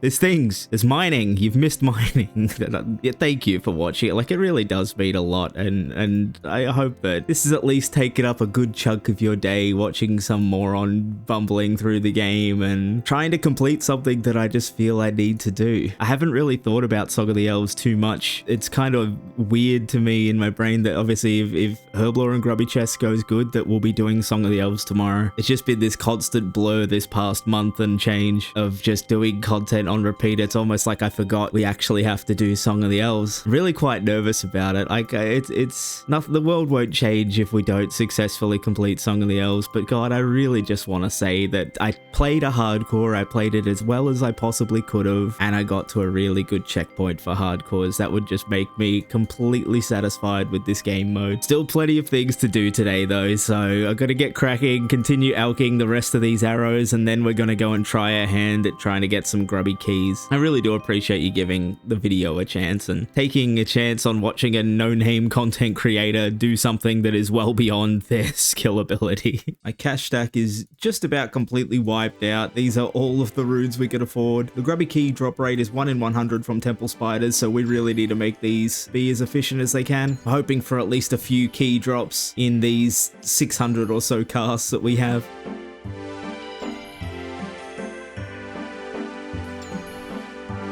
I'm actually amazed how much money is being made from these. I've probably hit a profit. Maybe I should have been doing this much earlier. Okay, I absolutely slept on this. The XP rates and the money and the drops and everything is just incredible here. Plus we're getting the tattered pages as well, which is going to get us another 10,000 Herblore experience. I wish I'd come here sooner.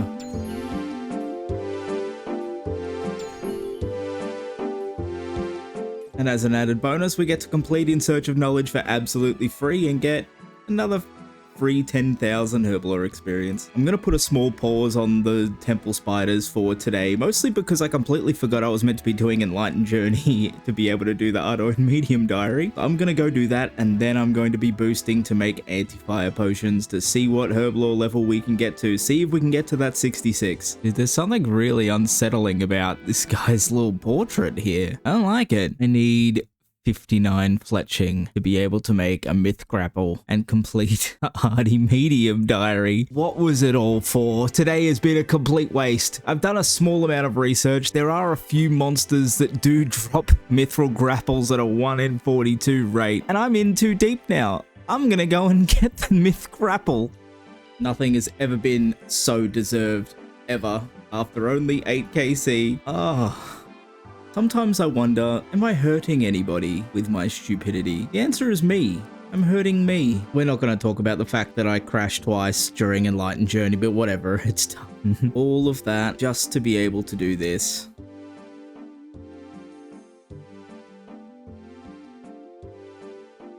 Was it worth it?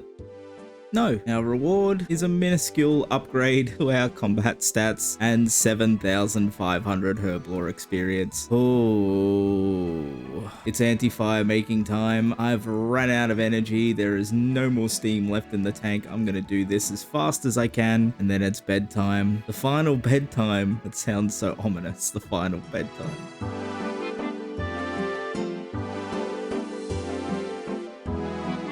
There is 66 herblore. We can now go to mastering mixology, and there's a whole lot of it on our horizon. We are still about 240,000 experience off of being level 70 herblore. That's what we need tomorrow, on top of an extra 600,000 magic experience. It's gonna have to be a big day if we're gonna get Song of the Elves done. Good morning, day 35. Potentially the last day of the journey if we play our cards right. Before I do anything today, I just want to get some Sunfire Splinters by boosting with a Hunter Potion, because I need to dump a whole load of Dragon Bones and Bone Shards into our prayer experience. There's the first, we're going to need a lot more. A higher prayer isn't really needed, but it is nice, and I have the option, so may as well do it. And as soon as we're done here, we're going to be going and bursting Temple Spiders. We need to get a whole bunch more grubby keys.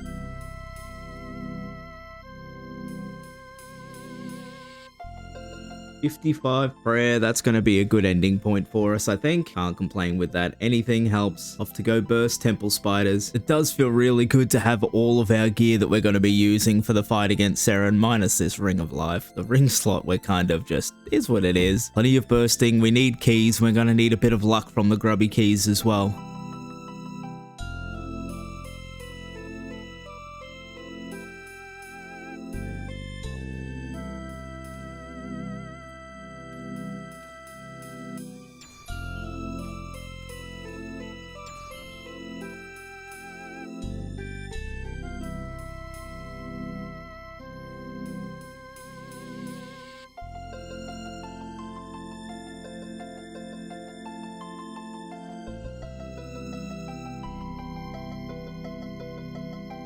This is going to have to be it for Temple Spiders. I'm just about out of death runes that I can't afford to use any more money on this. 1,273 Temple Spiders killed for 12 grubby keys. If I've done my math correctly, we have a 70% chance to hit the Saradomin Bruise once, and I'm not sure if even hitting it once is going to be enough. When killing the Fragment of Saren on Joe Friend for Friendship Locked, I used 7 doses of Saradomin Brew. I believe I could have definitely saved some as well, so 1 drop is possible, but I did have better gear on that account. It'll be same stats, but the gear might make the difference. And if we don't get a single drop, we're in a lot of trouble. That's all I'll say. But I'm not going to think negatively. Let's get at least 1 drop and go from there, surely. All right, I'm going to be doing these 4 keys at a time. Let's hope we see yellow. Wrong yellow. I lied. I kind of want to keep everything here. I'm going to be doing them in lots of 2. Yes. Oh, thank you. That's so lucky. Beautiful, beautiful. 6 doses of brews. Careful not to drink any of them. We've still got 7 keys left as well, so hopefully we can get really lucky and get another drop here. Orange egg sack. Well, we have no use for that. I forgot to bring keys.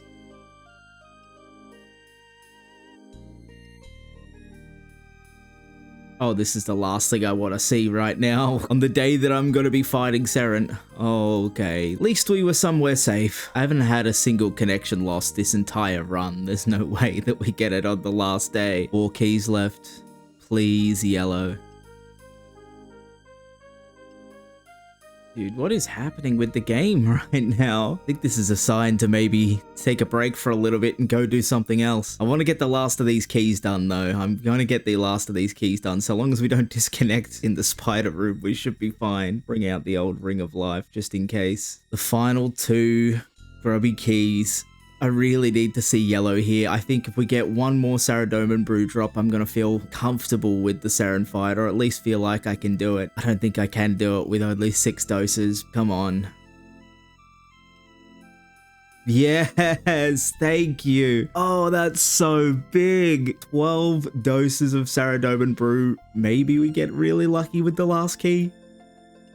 No, that was too much to ask. I'm not going to complain though. If nothing else, it at least lets me get one attempt at Saren and an ability to teleport out before I use too many supplies. Oh, that's really exciting. Really exciting. We could do it. We could do the Saren fight. I've still got a lot of magic trading to do, almost just about 400,000 experience left, but it's time for mastering mixology. I need to get the rest of these herb lore levels done. Hopefully we have enough herbs to get the job done. Surely we've got enough. Oh, I'm really hoping we've got enough herbs to make this happen. I just have no clue. I'm just hoping. I should be getting about 50,000 experience per hour doing this, so hopefully in 4 hours we will be done with herb lore.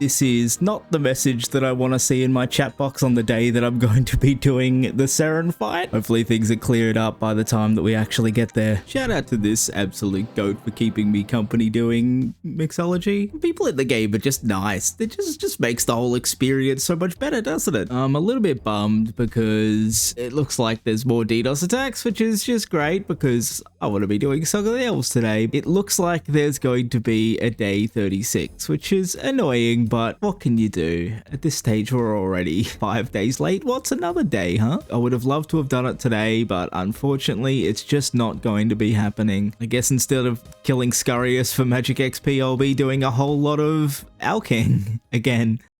You know, I went to bed last night and I was kind of bummed because obviously I wanted this to be done yesterday and I was ready for that mad dash to the finish and to get it done and complete the grind, and it was going to be great. Obviously having to do one extra day isn't ideal in a speed-based challenge, but I feel really good. I feel like I can just take my time today. I know we're going to be doing Song of the Elves and we're going to be doing it very shortly. I don't know, it's something nice about it being the last day and just knowing I can take my time and soak it in a little bit. I'm a little bit sad because this is the end of Mr. John Redhelm. Either he lives or he dies, but either way, I'm not going to be playing him for a little while, and that's a little bit sad. We've got a bit more herb lore to do, a fair amount of rat killing to do, and as soon as we're ready, we're going to be going and doing Song of the Elves. You know, there's something very fitting about me completely forgetting the fact that I need a Cadentine seed for Song of the Elves, and I planted every single last seed that I have, and I'm at a dead end on my farming contract, so lucky we've got all this time because I might be spending a lot of it at Tithe Farm if we don't get too lucky. Oh, I do it to myself. I really wish I didn't use that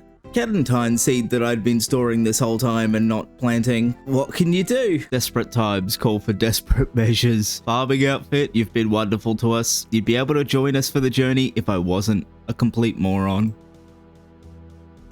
Oh, it's not good. Goodbye, farming jacket. Ugh.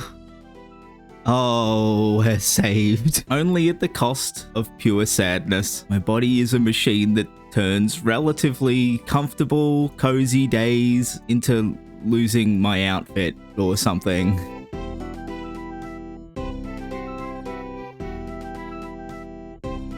About 230,000 magic experience left to go until level 80. Have 1,700 nature runes. Let's see how far this gets us in the alchemy room.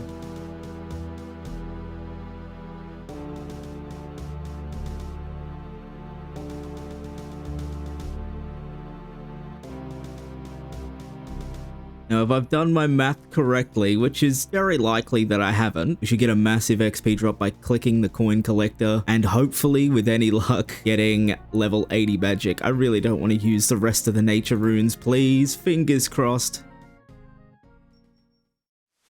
There we go. This is what it's all been for. We can cast Blood Blitz, which is what we're going to be using in the fight against Seren. Magic is done. Nearly 2 million XP that took. Oh my lord. The only thing between us and doing Song of the Elves is about 140,000 Herblore experience, which curiosity got the best of me. I did check. We have it banked. Just a matter of doing it, and that's the hard part.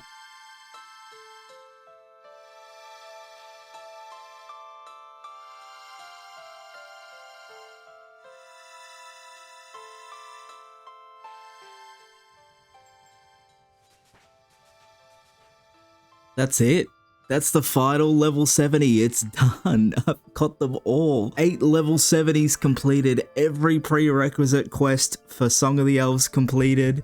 Level 80 magic. It almost feels a little bit surreal that it's done. I've done everything. The only thing left to do is Song of the Elves. I've just got the biggest wave of anxiety come over me. That's insane. I need a little bit of money to be able to buy runes, and then that's it.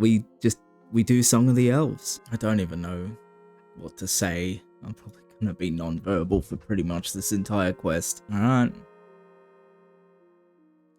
Let's do it. Song of the Elves.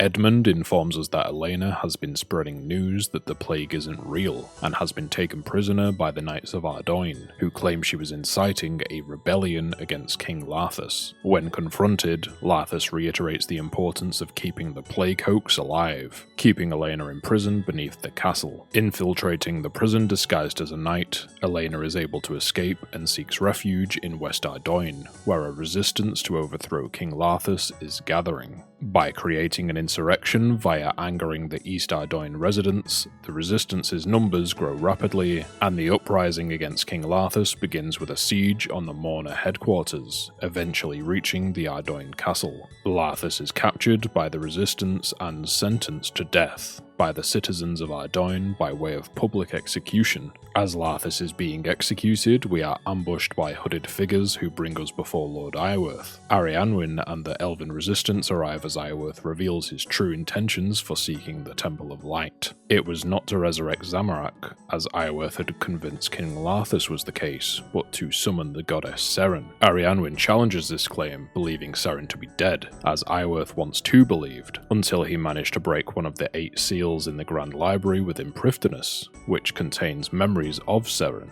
In doing so, Iorwerth discovered that a part of Seren remains trapped within the Temple of Light. Showing mercy, our party is granted the freedom to leave. With the new knowledge of the remaining fragment of Seren, we journey with Arianwyn to investigate the Waterfall dungeon in order to see if King Backstorian left any clues regarding the fragment. Backstorian is returned to life, revealing that there is a way to enter the Grand Library of Prifddinas by bypassing the city walls, with the assistance of other Elven clan members. It is decided that it will be us who enter the Grand Library and open the seals within, unlocking Seren's memories through the completion of long and complex light puzzles. The memories tell a tale of Seren encountering the elves and falling in love with their race. Pained by constantly seeing her loved ones live their lives and pass away, Seren granted the elves a piece of her essence, expanding their lifespans by thousands of years through a gift called the Song of Creation. But what was intended as a gift would become a curse. The price for expanding their lifespans was the elves being bound to Seren. Straying too far from the goddess would cause them terrible pain and even death. She encountered another divine being, Guthix, the god of balance, who spoke of a perfect world filled with power, and Seren travelled in search of a remedy to the curse. The elves were forced to follow, leaving their homes and creating the new city of Prifddinas, but the curse remained. Still seeking a way to nullify the curse, Seren located a source of deathly energy deep within the underground pass through the Temple of Light, which she could pour all of her darkness into in hopes of countering the curse. Her creation was a fragment of herself, but rather than being one of light, it was filled with darkness. Seren's plan had not worked. The curse remained, and the fragment was sealed away in the temple, only accessed with an orb of light. Overwhelmed with the new information, Arianwen leaves and places Backstorian in charge of the council, whilst we are set to seek out more elven clan members. It is discovered that Iorwerth has already claimed the Orb of Light, which we must retrieve from the Iorwerth camp and return it to Schletoa. With the orb in our possession, Backstorian fears that some members may be tempted to side with Iorwerth in his bid to unite the elves by freeing the fragment of Seren. The main culprit, Usgowan, is discovered with a member of the Iorwerth clan. The clan member is an informant who has been providing Usgowan with information on the Iorwerth clan. He reveals that there is indeed a betrayal within Schletoa, and that Iorwerth is aware of the secret passage through the underground pass to the Temple of Light. All he requires is the orb. Lord Iorwerth's attack upon Schletoa begins with Arianwen reappearing as an ally of Iorwerth. Backstorian reluctantly hands over the orb, and Usgowan is slain for his betrayal against the Iorwerth clan. In our pursuit of Iorwerth, Arianwen stands in our way, intent on freeing the fragment of Seren with the belief that it could be the true goddess. Oh my god. I was just doing no damage to him, and I don't want to waste all of my runes. Oh, my heart rate is just through the roof right now. I can't express it.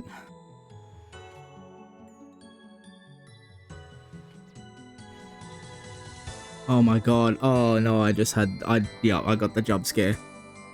Oh my god. I don't know if I'm cut out for this. I really am just not cut out for this. I just obliterated my blood rune stack as well. Oh my god. I can feel my heartbeat in my ears, man. Arianwen escapes, and we are sent to track down the remaining elven clan members as we prepare for battle within the pass. I'm like proper shaken.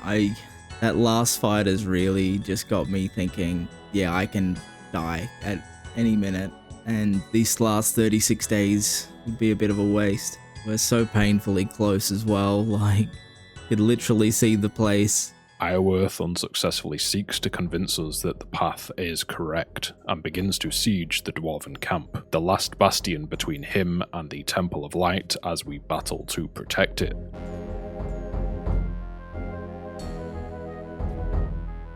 I don't know how I'm meant to do this. I really don't know.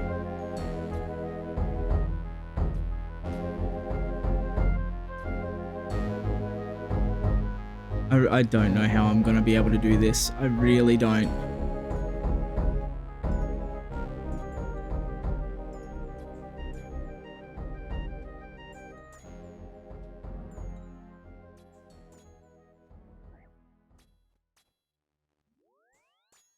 Oh my god, I wasn't praying. Oh, I didn't realize I wasn't praying. Oh my god. Oh, I should be dead. I should be dead. I didn't look at my health bar. I didn't look at anything.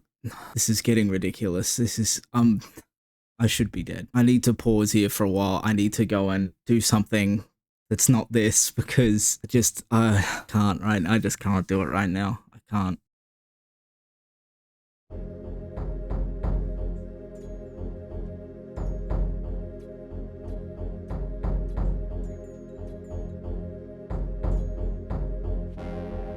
Run out of run energy. Shaking. I'm legitimately shaking. Oh my god. Oh my fucking god. There's so many things to look at. I just...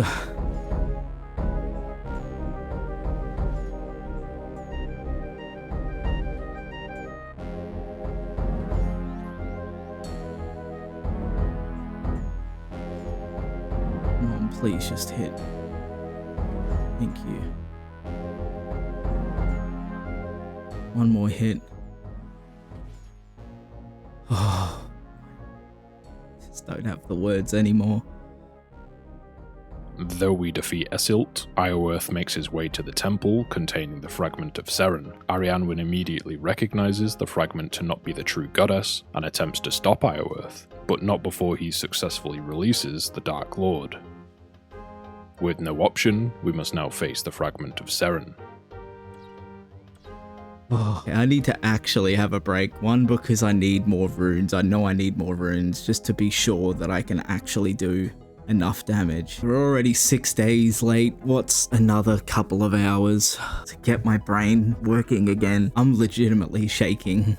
I'm vibrating at the moment. This is... I don't know how actual hardcore players do it, because this is something else. This is it. This is us ready to fight Seren, or as ready as I'll ever be, I suppose. I just hope it all goes well. We've come so far. This is the final hurdle. There's nothing left to do. This feels utterly absurd that I'm going to be attempting this. It just seems surreal. We're actually here. 12 doses of brew. That's all I've got. If I make a mistake, that could be it. I've probably only got one chance at this, so kinda need to make it count. Just be confident. Be confident. I know I can do it. I know I can do it.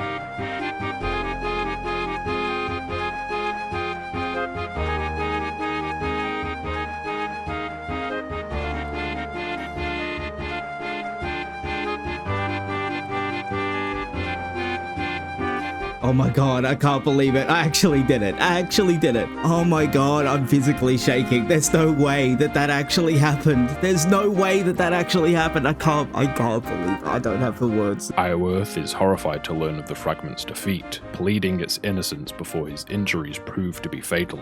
I've never been more shaken in my life ever before. I've never experienced anything like that playing this game, and I've played this game since I was a tiny little child. It feels really, really surreal to me that we're about to stand in Prifdinus. We're about to complete Song of the Elves. A remorseful Arianwin seeks isolation as punishment for his actions, and we are welcomed into the restored elven land of Prifdinus. Come on, just show me that screen. Show me that quest completed screen. Come on.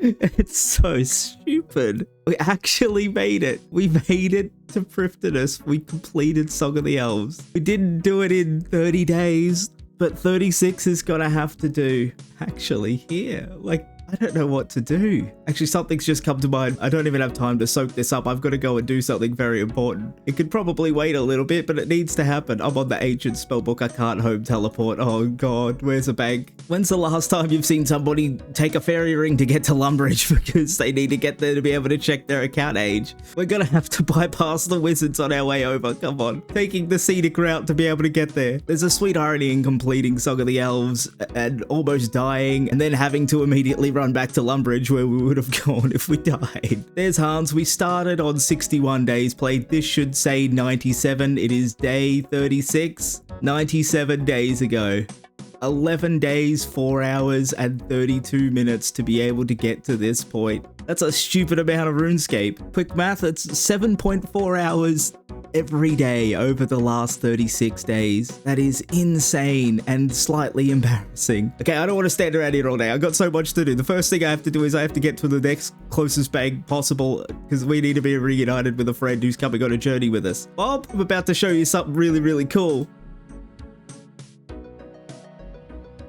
Check this place out. It's pretty cool. We just spent 36 days trying to get here. I've had this mental picture of this gate in my head for the last month and however long. Just the idea of standing in these gates. I just think immediately every time I see these gates, all my friends showing up when Joe Friend made it through Song of the Elves. This is the tile that we stood on when we got here as Joe Friend, and I think we need to mark this occasion. There we go. I can't think of any better tile than that in the game. This is where John Redhelm was, the hardcore Iron Man. By the way, this is my favorite place in the game, hands down, bar none, well and truly before this. I love Prifdinus. It was part of the reason why I wanted to be able to get here as the goal. It just sort of lined up so perfectly with everything that this is where we were going to end up. It just doesn't seem real to me. It doesn't seem real.